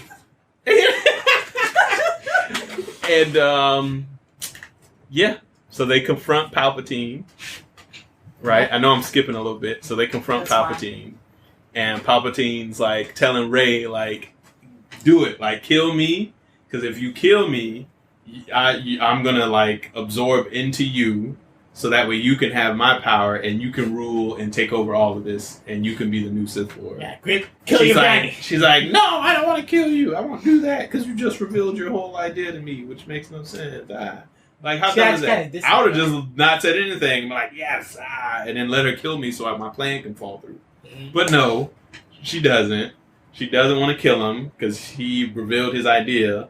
And then here comes Kylo, who was getting beat up by the Knights of Ren, right? Oh, yeah, and he threw away his own lightsaber, too. So right, which they alluded to this whole time. Like, oh, shit, the Knights of Ren, they're badass. They showed up They did nothing the whole movie. And got slaughtered. They come in, they just straight up punch him and start beating him up. And straight waste of cool characters, bro. There was one dude who had this giant ass Buster sword behind his back. He was just standing there watching the fight the whole time. I'm like, what the hell is he gonna do? He's just there just to look good? Nothing, son. So now she like fucking, they start fighting, and she fucking does the Force teleport and gives him the lightsaber. Luke's lightsaber. She gives him Luke's lightsaber. So what she does is that she's fighting, and she puts her arm behind her back with her lightsaber, and Kylo, like, I guess, reaches and grabs her lightsaber out of the... It grabs it out like this. A cool moment. Oh, wait. Anime. Hold on. Wait. We skipped, but real quick, before they went to fight Palpatine, she then realized that, oh, Leia has a lightsaber. Let me go grab her lightsaber because of whatever that Luke told. And then Luke comes back. He's like, hey, it sounded like Skips. Yeah. Hey, listen, hey, I'm sorry. Okay? But yeah, they did that to try to fix. Yeah, try to fix it. Because he handed her his lightsaber. He's like, what are you doing? You don't throw a lightsaber in the trash. Have more respect for the lightsaber. Blah, blah, blah. Like, so now they're trying to fix. Right. Now they're trying to fix what they did. Man, I forgot about Force Luke. Yep. So Force Luke popped up for a good 5 minutes. And Force Luke, he can like carry things now, and he can actually interact with real world objects. Mm-hmm. It just sounds like bullshit. No, this becomes an RPG. No, this is as much bullshit as the last movie where Force Luke fought Kylo Ren with a fucking AT-AT fucking walker shooting at him. But no. That fucking bullshit. But there's more. There's more. Just so for the cherry on top for everybody who's a fan of Star Wars. What's up? Force Luke is like, by the way, here's your ride. My X-Wing! What the fuck? And it comes out in the sky like... Who knows how long this X-Wing has been sitting at the bottom of the ocean? He drove the X-Wing up. Can now... Like, how... Guys, I don't get it. So now his ghost can make shit levitate, so he used the Force to make the X-Wing come out. She's like, oh, thanks, now I got a cool ride. So she jumps in the X-Wing, takes off to the planet. Now she got her lightsaber, she got Leia's lightsaber, and she got Luke's now. And, alright, now she goes to fight Palpatine. He sends his guards after her. She gives Luke's lightsaber to Ren, because he appears. And then he kills the badass guards that don't know nothing. The Knights of Ren. And then she goes in, she starts fighting Palpatine, and then so at this point now Kylo catches up to Rey. Yeah. Now they're there, and he's like, the bond you developed is so strong, blah blah blah blah. If you won't, take me and become the new Sith Lords, then I'll take your power. And he fucking starts sucking the soul out of them. He shot condom. He straight up. Same song was pulling your soul is mine. And he was fucking yanking the souls out of their body. And they were like, oh. And that was like the highlight of the movie. Best part of the movie right there. I was really hoping it was going to end right there with Palpatine sucking out their life force and then dying. and he rules. Because you know world. how many ships I care about these characters? 0. That's what I wanted. I wanted the bad guy to win that time. Me too. Because they both fell, and then now you see like Palpatine starts regenerating and shit, and his fingers grow back, and he starts getting his yellow eyes again, and he gets some cool wardrobe that changed out of nowhere. He got some red. He got some red, some color. Red silk velvet shit that looked nice. So now he's sitting there like, and then he's like, calm down, we're almost done. And then he does the fucking lightning shit in the sky, like, grah. No, but he had the greatest line. He's like, it says like, if you're not gonna do it, then I will rule this world. Yeah, that part was cool. Like, just him alone doing his thing was the highlight of the movie. And he electrocuted all the enemy ships, all the rebel ships. What's up? Okay, so this was kind of brushed over, but there basically when they went to fight Palpatine, there were not a lot of rebel ships. And then Lando comes and brings the whole fucking universe, right, to fight these Star Destroyers. He's gonna fight. I have never seen a fleet this big in my life, and how he rounded up all these people in a matter of a couple of hours, I don't know. Billy Williams. I mean, they heard Palpatine on the radio. So that's the equivalent to like Doctor Strange opening up the portals and having like all the people from the universe come. They straight up in-game this damn movie. Pretty much. So I feel like I'm watching Dark Phoenix. Those were the ships pretty much. that basically Palpatine was electrocuting. And when he went up and just, did his thing. And right after, he forced through Kylo Ren into this pit. Oh yeah, because he said, "You will fall like the Skywalkers before you." Whoosh! I threw that bitch in the pit. I was like, "Yes!" Whoosh! When he threw in the hole, I was like, "Yeah!" And it was lightning and shit. Bad guys are winning. This is great. So I was like, dope. I like this. So this is how he rises up out of the pit and becomes the Rise of Skywalker. So I was like, yo, stay in the pit. We'll get to that. Go ahead, Alexis. No, because he was talking. Go. Tell your part. And he falls in the pit, right? So I was like, he's dead. Yeah, why did I think that? I'm so stupid. So Rey is the only one now at this point confronting Palpatine, and he's like, you can't defeat me. I have the power of all the Sith with me, or in me. And she's like, and I have the power of all the Jedi. And then you got the 2 lightsabers. And mind you, at this point, you hear like all these Jedi kind of speaking and talking to her. You hear Yoda, you hear Mace Windu, you hear the Obi-Wan, you hear everybody. Qui-Gon. Do you hear Qui-Gon? You probably do. Yeah. I know Qui-Gon. Are you fucking kidding me? No, I said, do you hear Qui-Gon? Qui-Gon, Obi. All of them, right? All of them. Qui-Gon's a genius. Not Samuel Jackson. All the Sith with Sith. Listen to me. All of Yeah, them. Sith too, add them all. Let's just make more of this bullshit. And then Palpatine proceeds to throw his little force lightning at her, and she whips out a lightsaber, right? But no, one lightsaber is not enough to defeat Palpatine. She whips out a second lightsaber, which I guess she got back at some point, and formed an X, and with this X, the lightning reflected back onto Palpatine, and he was basically hurting himself, disintegrating himself. So I'm thinking, why didn't he stop? Because he's doing this to himself, right? It's reflecting back. And mind you, this was after all of her life force was sucked out of her. So tell me how she was able to gather the little force that she had left to get up and reflect the lightning of one of the most powerful beings in the universe back at him and managed to kill him in that short time frame. Guys, he died. Palpatine died.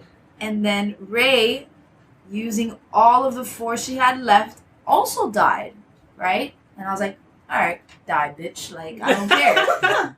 And I'm sorry, because before that, when she was winning, Finn was like, we're winning. And everybody's like, how do you know? Because I feel it. I know. Because I believe in the Force. Oh my God! Harrison Ford. That's not how the Force works. The whole movie, he referred to the Force as a feeling. I had a feeling. Yeah. Right? Well, in this moment, she falls, she dies. Kylo, here he comes, guys. He's crawling out of the pit. He crawls out of the pit. And he proceeds to walk over to Rey. And he resurrects her. Sensu beam. That thing lost me. Lamp's gone. I'm gone too. Meanwhile, Finn is riding on the space horses on the spaceship. and he's like, and distraught because he's like, Rey's dead. So I guess we can resurrect people now, okay? Mm-hmm. Yep. He resurrects her. She wakes up. They look into each other's eyes and they fucking kiss. Come on. That's what I was like. Wow. Now let me tell you. Let me tell you. I wish I was joking. There was a guy in our theater that got up and left. Yo, son, everybody in the theater was like bursting into laughter. Yo, everybody was laughing. We were like, everybody was laughing in the movies. This guy got up and walked right out. It's like, he just walked out son, when he healed her and they were looking at each other like, oh, don't kiss. Don't kiss. And then it was like, and then at the moment they stop and they're like, oh, okay. They're gonna say like, hey, good job or something, right? No, they kiss. I was like, you just ruined. So my joke earlier, I kind of guessed it. She wants his baby. Yes. She wants his baby. And then after they kissed, he dies. He disappears. Because he's now a Jedi. So now he's a Force. You know what? Somewhere. With the Force and everything, she can still have his kid. That's all I. Which I don't understand how he became a Force ghost. Because like you have to have like years of training to figure. Like Yoda didn't even know how to become a Force ghost. He had to learn that from Qui-Gon Jinn, who figured it out. And we're talking years and years of Jedi mastery and training. And then of course Luke got it from Yoda, right? And then now Kylo dies, and now he just knows how to do it. Bruh, to me, that's credits. Be done with it. Space horses. No, we're not done. We're not done. Because you want to know the title, why it's called Rise of the Skywalker? I want to shoot it. Because this is where you find out why it's called. This is the grand finale. Oh my god. So they go back to Tatooine? Tatooine. They go back to Tatooine at the end of the movie. Oh god. Rey pulls out this cool new lightsaber. It did look pretty badass though. I ain't gonna front. The lightsaber she had was cool, but who cares? You're not gonna see it. She just for toy sales. So she pulls it out, right? She's looking at it. She puts it back. She's sliding in the fucking dune sands on a piece of sheet metal. At that point, everybody's laughing. Everybody's laughing in the movie. It's like, what the fuck is happening? Why is she sledding right now? She's like, wee! Sliding down the dune basically hill. going, wee! So she goes to Luke's old house, and there's like a little tomb there for his parents, well, the people that raised Luke. And she buries Leia's and Luke's lightsabers. So she she digs a little hole and then she force I don't understand. Like she just force pushes it into the dirt, right? Yeah, like just bury it, bro. She force pushes it into the dirt, and then while she's there, some other person off the planet comes out, and they're like, "Hey, who are you?" No. And then she says, "There hasn't been anyone here in years." Yeah, right? And then she says, "My name is Rey." And she's like, "What? Rey what?" And then she looks. So she pauses, long pause. If you tell me they do an Age of Ultron bullshit cut. And at this point, I turn to Jamal, I'm like, oh, don't say Skywalker. Wait, hold on. No. This man is walking out of the room. She gets up. You gotta stand up and do it. Oh, okay, sure. So okay, look. She looks at wait, I'm gonna reenact it, right? She's like, Rey. And then, long pause, right? She turns around. Force ghost Luke and Leia in the background, staring at her like mom and pa, giving her their sign of approval. Right, all right. He is at the door about to walk out. She's looking at them. She's like, okay. She looks back at the lady. She's like, Skywalker.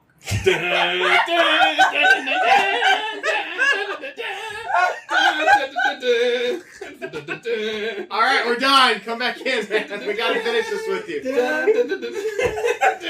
In SiXFramesPodcast history, first time ever, we got left to walk out of the room. Oh my god. Brother, come back. We're done. Bruh. So yeah, there it is. There's the movie, y'all. That was a waste of time. That was a waste of time. Why do we give that so much, like... Because it's unbelievable.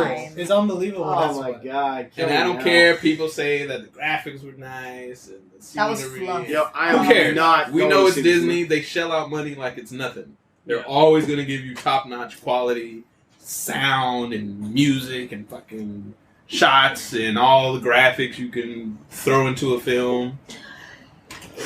But yeah. Bruh, I legit laughed. No, I was laughing. I was dying. I was like, yo, this is so funny. And you know, let me tell you something real quick. I can't that take this movie serious anymore. Right before we went into the theater, we met this guy, and he was like, "Oh, I just saw it. Best movie ever. Best Star Wars movie ever." I'm like, "Oh wow." I want to know what he was smoking. Oh I wow! know, right? So I had a little bit, and also I want to also tell you that I had very low expectations for this movie. So how do you go into a movie with low expectations and still come out disappointed? It went even lower, right? It went below my expectations that I already had set low. I was it's so funny. I was having fun for the stupid shit that was that was fun, but the whole time I was in shock. I was like, I don't know what to say. What is it? What am I watching? No, they threw Star Wars in the trash. No, son, they straight up shitted on everything. The entire Star Wars franchise.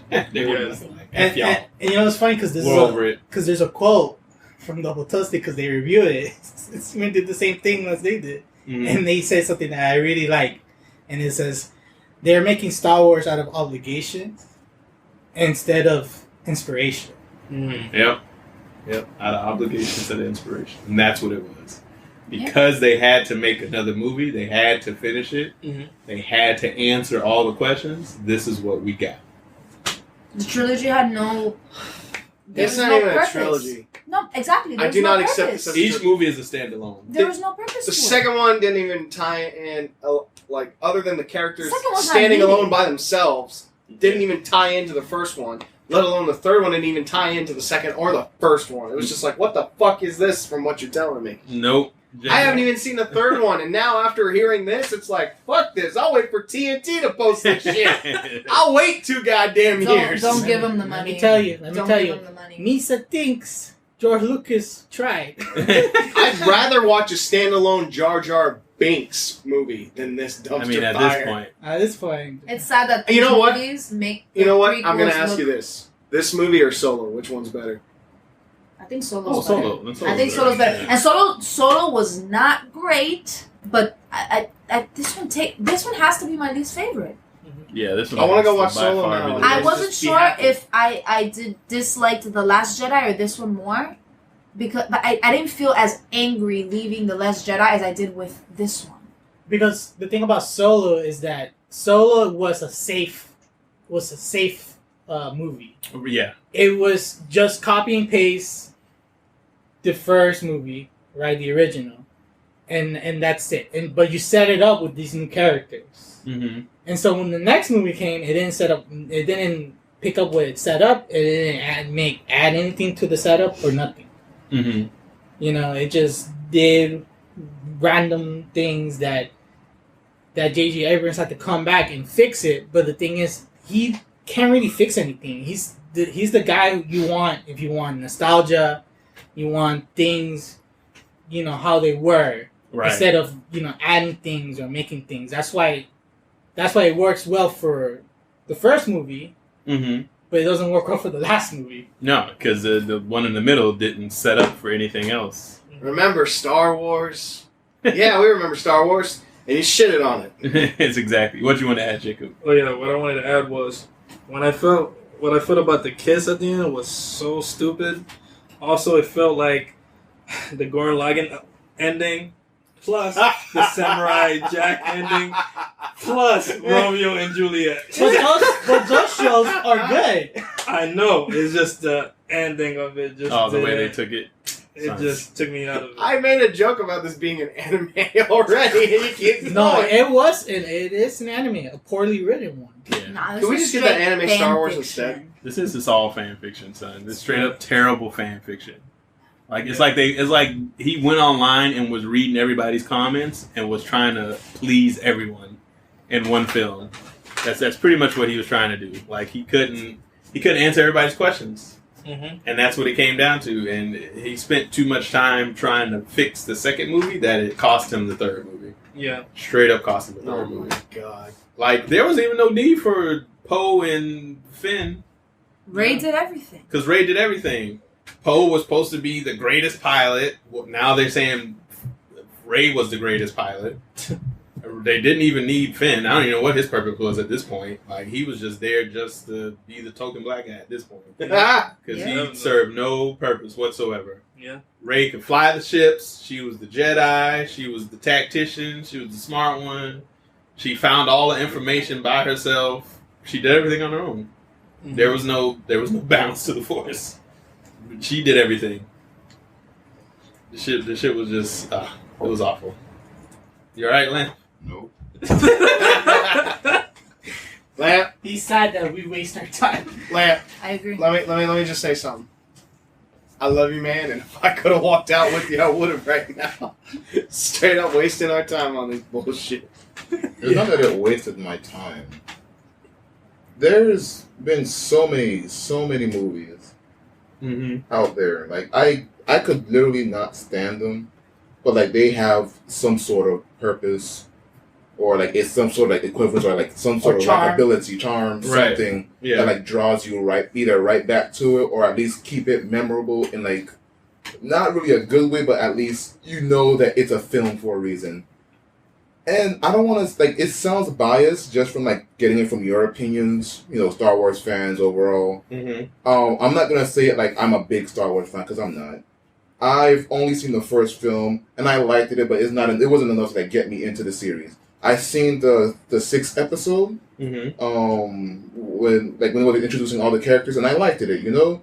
Like, I think, you know, Finn was a cool character. I thought Rey was a little cool character. I mean, Kylo Ren was a little bitch, but at the same time, like I was able to deal with them because, some type of like pull amazing things from like just shitty characters. Right. But then like over time, it's just like if this is the plot that Disney had decided, and George Lucas in his own work, decided to make this bullshit. Like with the plot and how everything is setting up, like literally the plot is everything is being lined up for them like cheese in a trap. Yeah. Like what the fuck is that? Yeah, that makes no sense. Nope. And then like all this Force shit that everybody's like able to do now is like because it's OP, and then the whole shit with Palpatine being like the final boss. Like who the fuck? Like there's no build up. Like story has a purpose. Like even if you have a trilogy, it's just like the trilogy should at least be act like the first movie Act 1, second movie Act 2, third movie Act 3. Nope. No.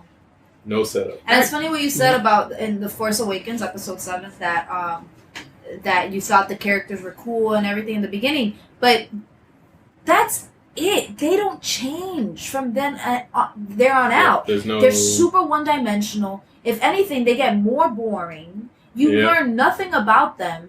Nope. There's no point. You don't care about them. As a viewer, they can die for all I care. Yeah. Can't relate. The only ones I care about are the ones I know. Yep. Chewbacca, R2-D2, C-3PO. And I'm not even gonna front because I could, with the whole Rey and Kylo Ren kissing, like that's dumb. It's fucking stupid. But I could get where that chemistry sort of built from, you know, from both of them constantly fighting, trying to understand one another over time. Fucking fine. All right, I'll give you that. But come on. I'm a Skywalker. Rey Skywalker. And I want you to know, after that happened, the whole Skywalker, the Rey Skywalker, I got up and Jamal was like, "We're not waiting for the credits." I'm like, "No." There's nothing in the credits. I know it's nothing. I was just being funny. I was like, "No, I'm ready to go. I wasted my time." Yep, big old waste of time. I bet there was a huge line at the general manager stand being like, "Can I have my refund?" I think I passed away. Are you a Force ghost? Clear the Force ghost. Hey, she can do it. To resurrect her and then disappear. Right, Turn into a Force ghost. Everybody's leveling up. Yay! All right, and so throughout the movie, Finn was like hinting that he had something important to tell Rey. Now he said this when they were sinking in the sand in the beginning, the desert scene. He's like, Rey, I got something to tell you. And yeah. She's like, what is it? Ooh. And then they go, right? And then when they pop out, Poe remembers later on, he's like, so what were you going to tell Rey? He's like, oh, nothing. He's like, oh, so that's what we do? We keep secrets now? We're not sharing? And so, like, then he brought it up again later when they were heading towards the Sith planet, and then he just kind of disregarded it because something else came up that distracted him. So he never got to tell her, right? So just reading online and looking at articles and stuff, J.J. Abrams said that the info that he was going to share with Rey was that he was Force sensitive. That was it. That's all he was going to tell her. Oh my. Oh. So all but the that, way like, they left hey, it was super open ended because the way Finn said it was like, hey, I need to tell you something. She's like, all right, later. It doesn't come up again. No, it does not come up again. He never tells her in the movie. He never tells her what it was he wanted to say to her. Oh, and so when people kept asking him, they were like, what was it that Finn wanted to say? Since you're not continuing in movies, like, bitch, tell us, because you already fucked it up. So he was like, all right. He was going to tell her that he was sensitive to the Force, so he can sense the Force. That's the important thing he wanted to tell her. I thought he was going to be like, oh, I love you. Oh. I thought that too. That's what I thought. I was like, oh boy, here we go. Here's the love triangle between him and Kylo and Rey. Yeah. But nah, that's what he was going to tell her. He was going to tell her that he's sensitive to the Force. Oh my. He had to compete with man boobies with the thing all the way up to here, tied up to his chest. I'm Force sensitive. Well, he was. He believed in the Force. Yeah. He believed in a feeling. He felt the tingle. I got this feeling. I laugh at that. He's got the Finn tingle, like Peter's got the Peter tingle. Yeah, he had the Finn tingle. When he said that shit, I was like, my sister's like, what? This shit's funny. I got a feeling. Yep. So that was Star Wars in a nutshell. All right, let me throw this gasoline and burn this dumpster. Yeah, it was. It was just hard. You know what? All I gotta say is I'm glad they're no longer doing trilogies because of this dumpster fire. Take a break. They're gonna take a break from trilogy films, movies. Yeah. They're gonna take a break from that. They should. Which they definitely should. They need to like fire some people, regroup, fire not every. You know what? Plan next time. Start off with one. Start off with a plan. That's what it is. That's what it is. It needs a plan. You know what I'm gonna do instead of watching this movie? I'm gonna go play that new Fallen Order Star Wars game because I've heard great reviews about it. There you go. I have it. I'm gonna go play it now. Mm-hmm. And we damn near ran out of time, so we can't even talk about the best Star Wars thing, right? Which is the Mandalorian. It's so funny because I actually wanted to get into the Star Wars universe because I was watching the Mandalorian. So. Yeah. And you should. So don't let. And for the listeners, don't let this movie just watch 1 through kill 6. Your Star Wars hope because there is the Mandalorian, which like it definitely like rejuvenated my hope in Star Wars. I was like, this Star Wars. It did because like I was like watching this, I was like, this is what Star Wars is. This right here. This is what it's all about. I can go off of this. Mm-hmm. The movies can like just whatever fall away, but this right here, I'll watch this. So let that be the taste in your mouth. Don't let Rise of the Skywalker be the last thing you see and be like, oh, this is it. Straight up ruined everything. Nah. Yeah. Stick with the Mandalorian. You're good. You're good. Oh yeah. One takeaway from this is that the Mandalorian is so awesome. When I was at work today, a customer came up to me after hearing me and my boys talk about the Mandalorian. He was like, "Yo, you guys watch the Mandalorian?" Yeah. Yes, sir, we did. He loved it. So, there you go. There you go. So yeah, just stick with that, man. This is the way. And even though we get a chance to talk about it next time, we'll dive into it. We'll definitely dissect it and talk more about the Mandalorian. We just spent so much time trying to explain this movie and make sense. Because it's unbelievable. It is. Really. You walk out of the theater like, what the fuck did I just watch? You know what? Like, I can't process this. It's so much happened in just those 2 hours. It was insane. You all honestly gave us the abridged version. at the best way anybody can approach this. Exactly. We try because it's such a dumpster fire. No, it is, man. It is so. And like every time I hear somebody say it's good, I always ask them what was good about it, and they all say the same thing. Oh, the special effects and the fighting. Hey, what about the story? How'd you like the story? Explain something in that movie that resonated with you through all 3 films. I'll wait. Well, and they're like, well, the characters, and Alexis can tell you, like when we got out, because we went with a group of people from my job, and like when they got out, they were like, oh, I give it a 7 and an 8, and I'm like, really? And I was like, oh, I give it a solid 2.5. Yeah, I think I gave and it they're like like, 4. what? I think I gave it. And I was like, I give it a negative 10 from what you're telling me. Yeah, you gave it a 4. I gave it a 2.5. I was so mad. We started talking. They're like, can I lower my score? Yeah, they were like, dang, you're right. Dang. I was like, yeah. Did we not watch the same goddamn movie? I need y'all goggles because I don't know what you saw. I wish I liked I know what I saw. Because and then they just kept going. They're like, yeah. And then I remember like the next day we were all texting each other and they started complaining and talking about plot holes and stuff. I'm like, bro, that's everything I talked about the night of the movie. Mm-hmm. I told you this. It was terrible. Go ahead, Caleb. Oh, well. What's up? Oh, we're giving ratings? Oh, no, I'm just saying. When we watched it, we gave it a rating. My rating has not changed. So she's still at a 2. I'll probably even drop mine down to a 3. And that's out of a 10, not a 5. You know what's funny? I did not have a rating. When I say I enjoy it, I don't really mean I enjoy it. I just enjoy it because it's better than the last film we had. Okay. But in reality, I was just in shock the whole time. Yeah, you are in shock. I didn't talk the whole movie because I was like, huh. Yeah. You're like, okay. All right. And then I had there was a little kid. Choice. Right. Yeah, and there was a little kid, right? And this little kid never watched Star Wars in his life, because you could tell. Because every time they would show characters, it's like, who is that? Who is that? Right. Who is that? And I know it's kind of annoying, but I was like, I understand this kid. Who is that? Right. Who is that? Who is that? I'm with this kid. I'm with all these people. Who is this new person? Was that parody of what's this? The fuck. The fuck. The fuck is in the air. Exactly. That's exactly what was happening the entire movie. Yeah, I was in shock. I don't know what to expect.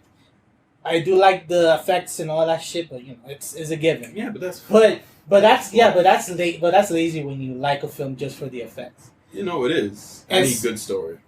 But like, man, this story and how everything came about, and it's funny. It came about even though it's a hot mess. For some reason, it came about perfectly. A hot mess came out perfectly. Hey. And it's crazy. It's crazy like this. It makes sense for this movie. It's like, what the fuck did I watch? Like they said, J.J. Abrams did his best. No, he didn't. No, he didn't. J.J. Abrams. And people just throw that name around because of what he's done in the past. But, like, I can't. No. This is unexcusable. I cannot say, you know what, J.J. Abrams tried to... Because that's another thing people say. They give it a good rating because, well, he answered a lot of the questions from... No, he didn't. No, he didn't. One question. She's the granddaughter of Palpatine. That's why. And then he added 25 more other questions. Right. Now, and then he just opened the door for more scenarios. Well, who was this bitch that Palpatine slept with? What happened there? What, you know what I mean? Like, more stuff stops popping in your head. Then you start thinking, and you're like, all right, well, if Leia was a Jedi Master this whole time, why even bother going for Luke? What was she doing this entire time? When did she started training? We never knew Leia trained to be a Jedi. That was never talked about before. Well, now you're just going to throw this bullshit in here? In the expanded universe, before they fucking threw it out, they did touch about how Leia was trained in the way of the Jedi. Also, they even hinted at it in the Force Unleashed 2. Mm-hmm. If you choose the dark way, you fight Leia. She's like, but again, that's in the comics. Yeah, no, this was the video game. The Force Unleashed 2, she's like, you killed my brother, but you will not defeat me. By the way, what color was her lightsaber? What color was her lightsaber and where? Like Leia's? The blade. Blue? It was, no. It was blue. Because Luke's is green, right? Because in the... No. Wait, what are you talking about? In the movie? In the movie. In the movie, it's blue. Both of them are blue. Because Rey's was yellow. Rey's was yellow. At the end of the movie. She had the black hilt with the yellow blade. Because Luke got his father's lightsaber, which was blue, and he made his own, which was green. Mm-hmm. And Leia, in the expanding universe in the video game, her lightsaber is yellow. Right. So, but in the if movie, they did yellow, it's yellow. like I you thought threw it was out the Leia's. expanded universe, and now you're bringing back the expanded Oh, okay. universe. See, I guess I remembered that because I thought the yellow one in the movie was Leia's, but okay, never mind. Yeah, she had like guys. Shakti's kind of handle. She had Shakti's kind of hilt with the yellow blade. And I was like, oh, that's cool. And you know, the outfit she wore looked a lot like Rey's. So when I see Rey, I'm like, oh, throw out the expanded universe, eh? Go fuck yourself, Disney. Yeah, nah, it was a lot. Yeah. I'm done. I'm with you on that. And how the hell did Palpatine make the same mistake of being like destroyed by the lightning the same way Mace Windu almost killed him? Because Mace Windu did that with the lightsaber, and he blocked it, and he was like, and he was dying, and then that's when Anakin came in and pushed Mace out the window. You know what it is? She does the same thing, and he's like, I've been here before. Okay. Is the Mace Windu karma? I guess. That's what it is. Well, you know what? It's because Mace Windu said you will never rise to the rank of Jedi. Yeah. The council don't respect your Jedi Master. You will never understand my power. Well, that's it. Yeah. I think we talked enough. No, all right, the end. Goodbye. We love you. So, don't go see it. Don't give them your money. Don't give me money. Watch it somewhere else. Yeah. You know what? Watch Cats. Even though that's I will not ruin that memory for even though they're from the 7 levels of hell. You look. Get drunk and watch Cats. No, don't do that. I think that would be even worse. But anyway. I saw a scene online and that part had me go, nope, I'm fucking done. So yeah, watch The Mandalorian. Watch The Witcher. Watch Watchmen, but don't watch Star Wars. We will talk about Mandalorian next time, we promise. And thank you for listening to another 6 Frame Podcast. If you like what you hear and you want to hear more, email us at 6framepodcast@gmail.com. That is 6framepodcast@gmail.com. You can also catch us on Facebook, Instagram, and Twitter. 6 Frames. Don't forget to rate and follow us on our Apple Podcasts and Podbean.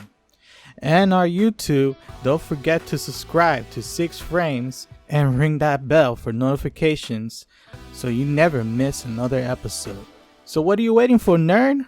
Subscribe, like, rate, do all that stuff. And I'll catch you on the next one. Peace!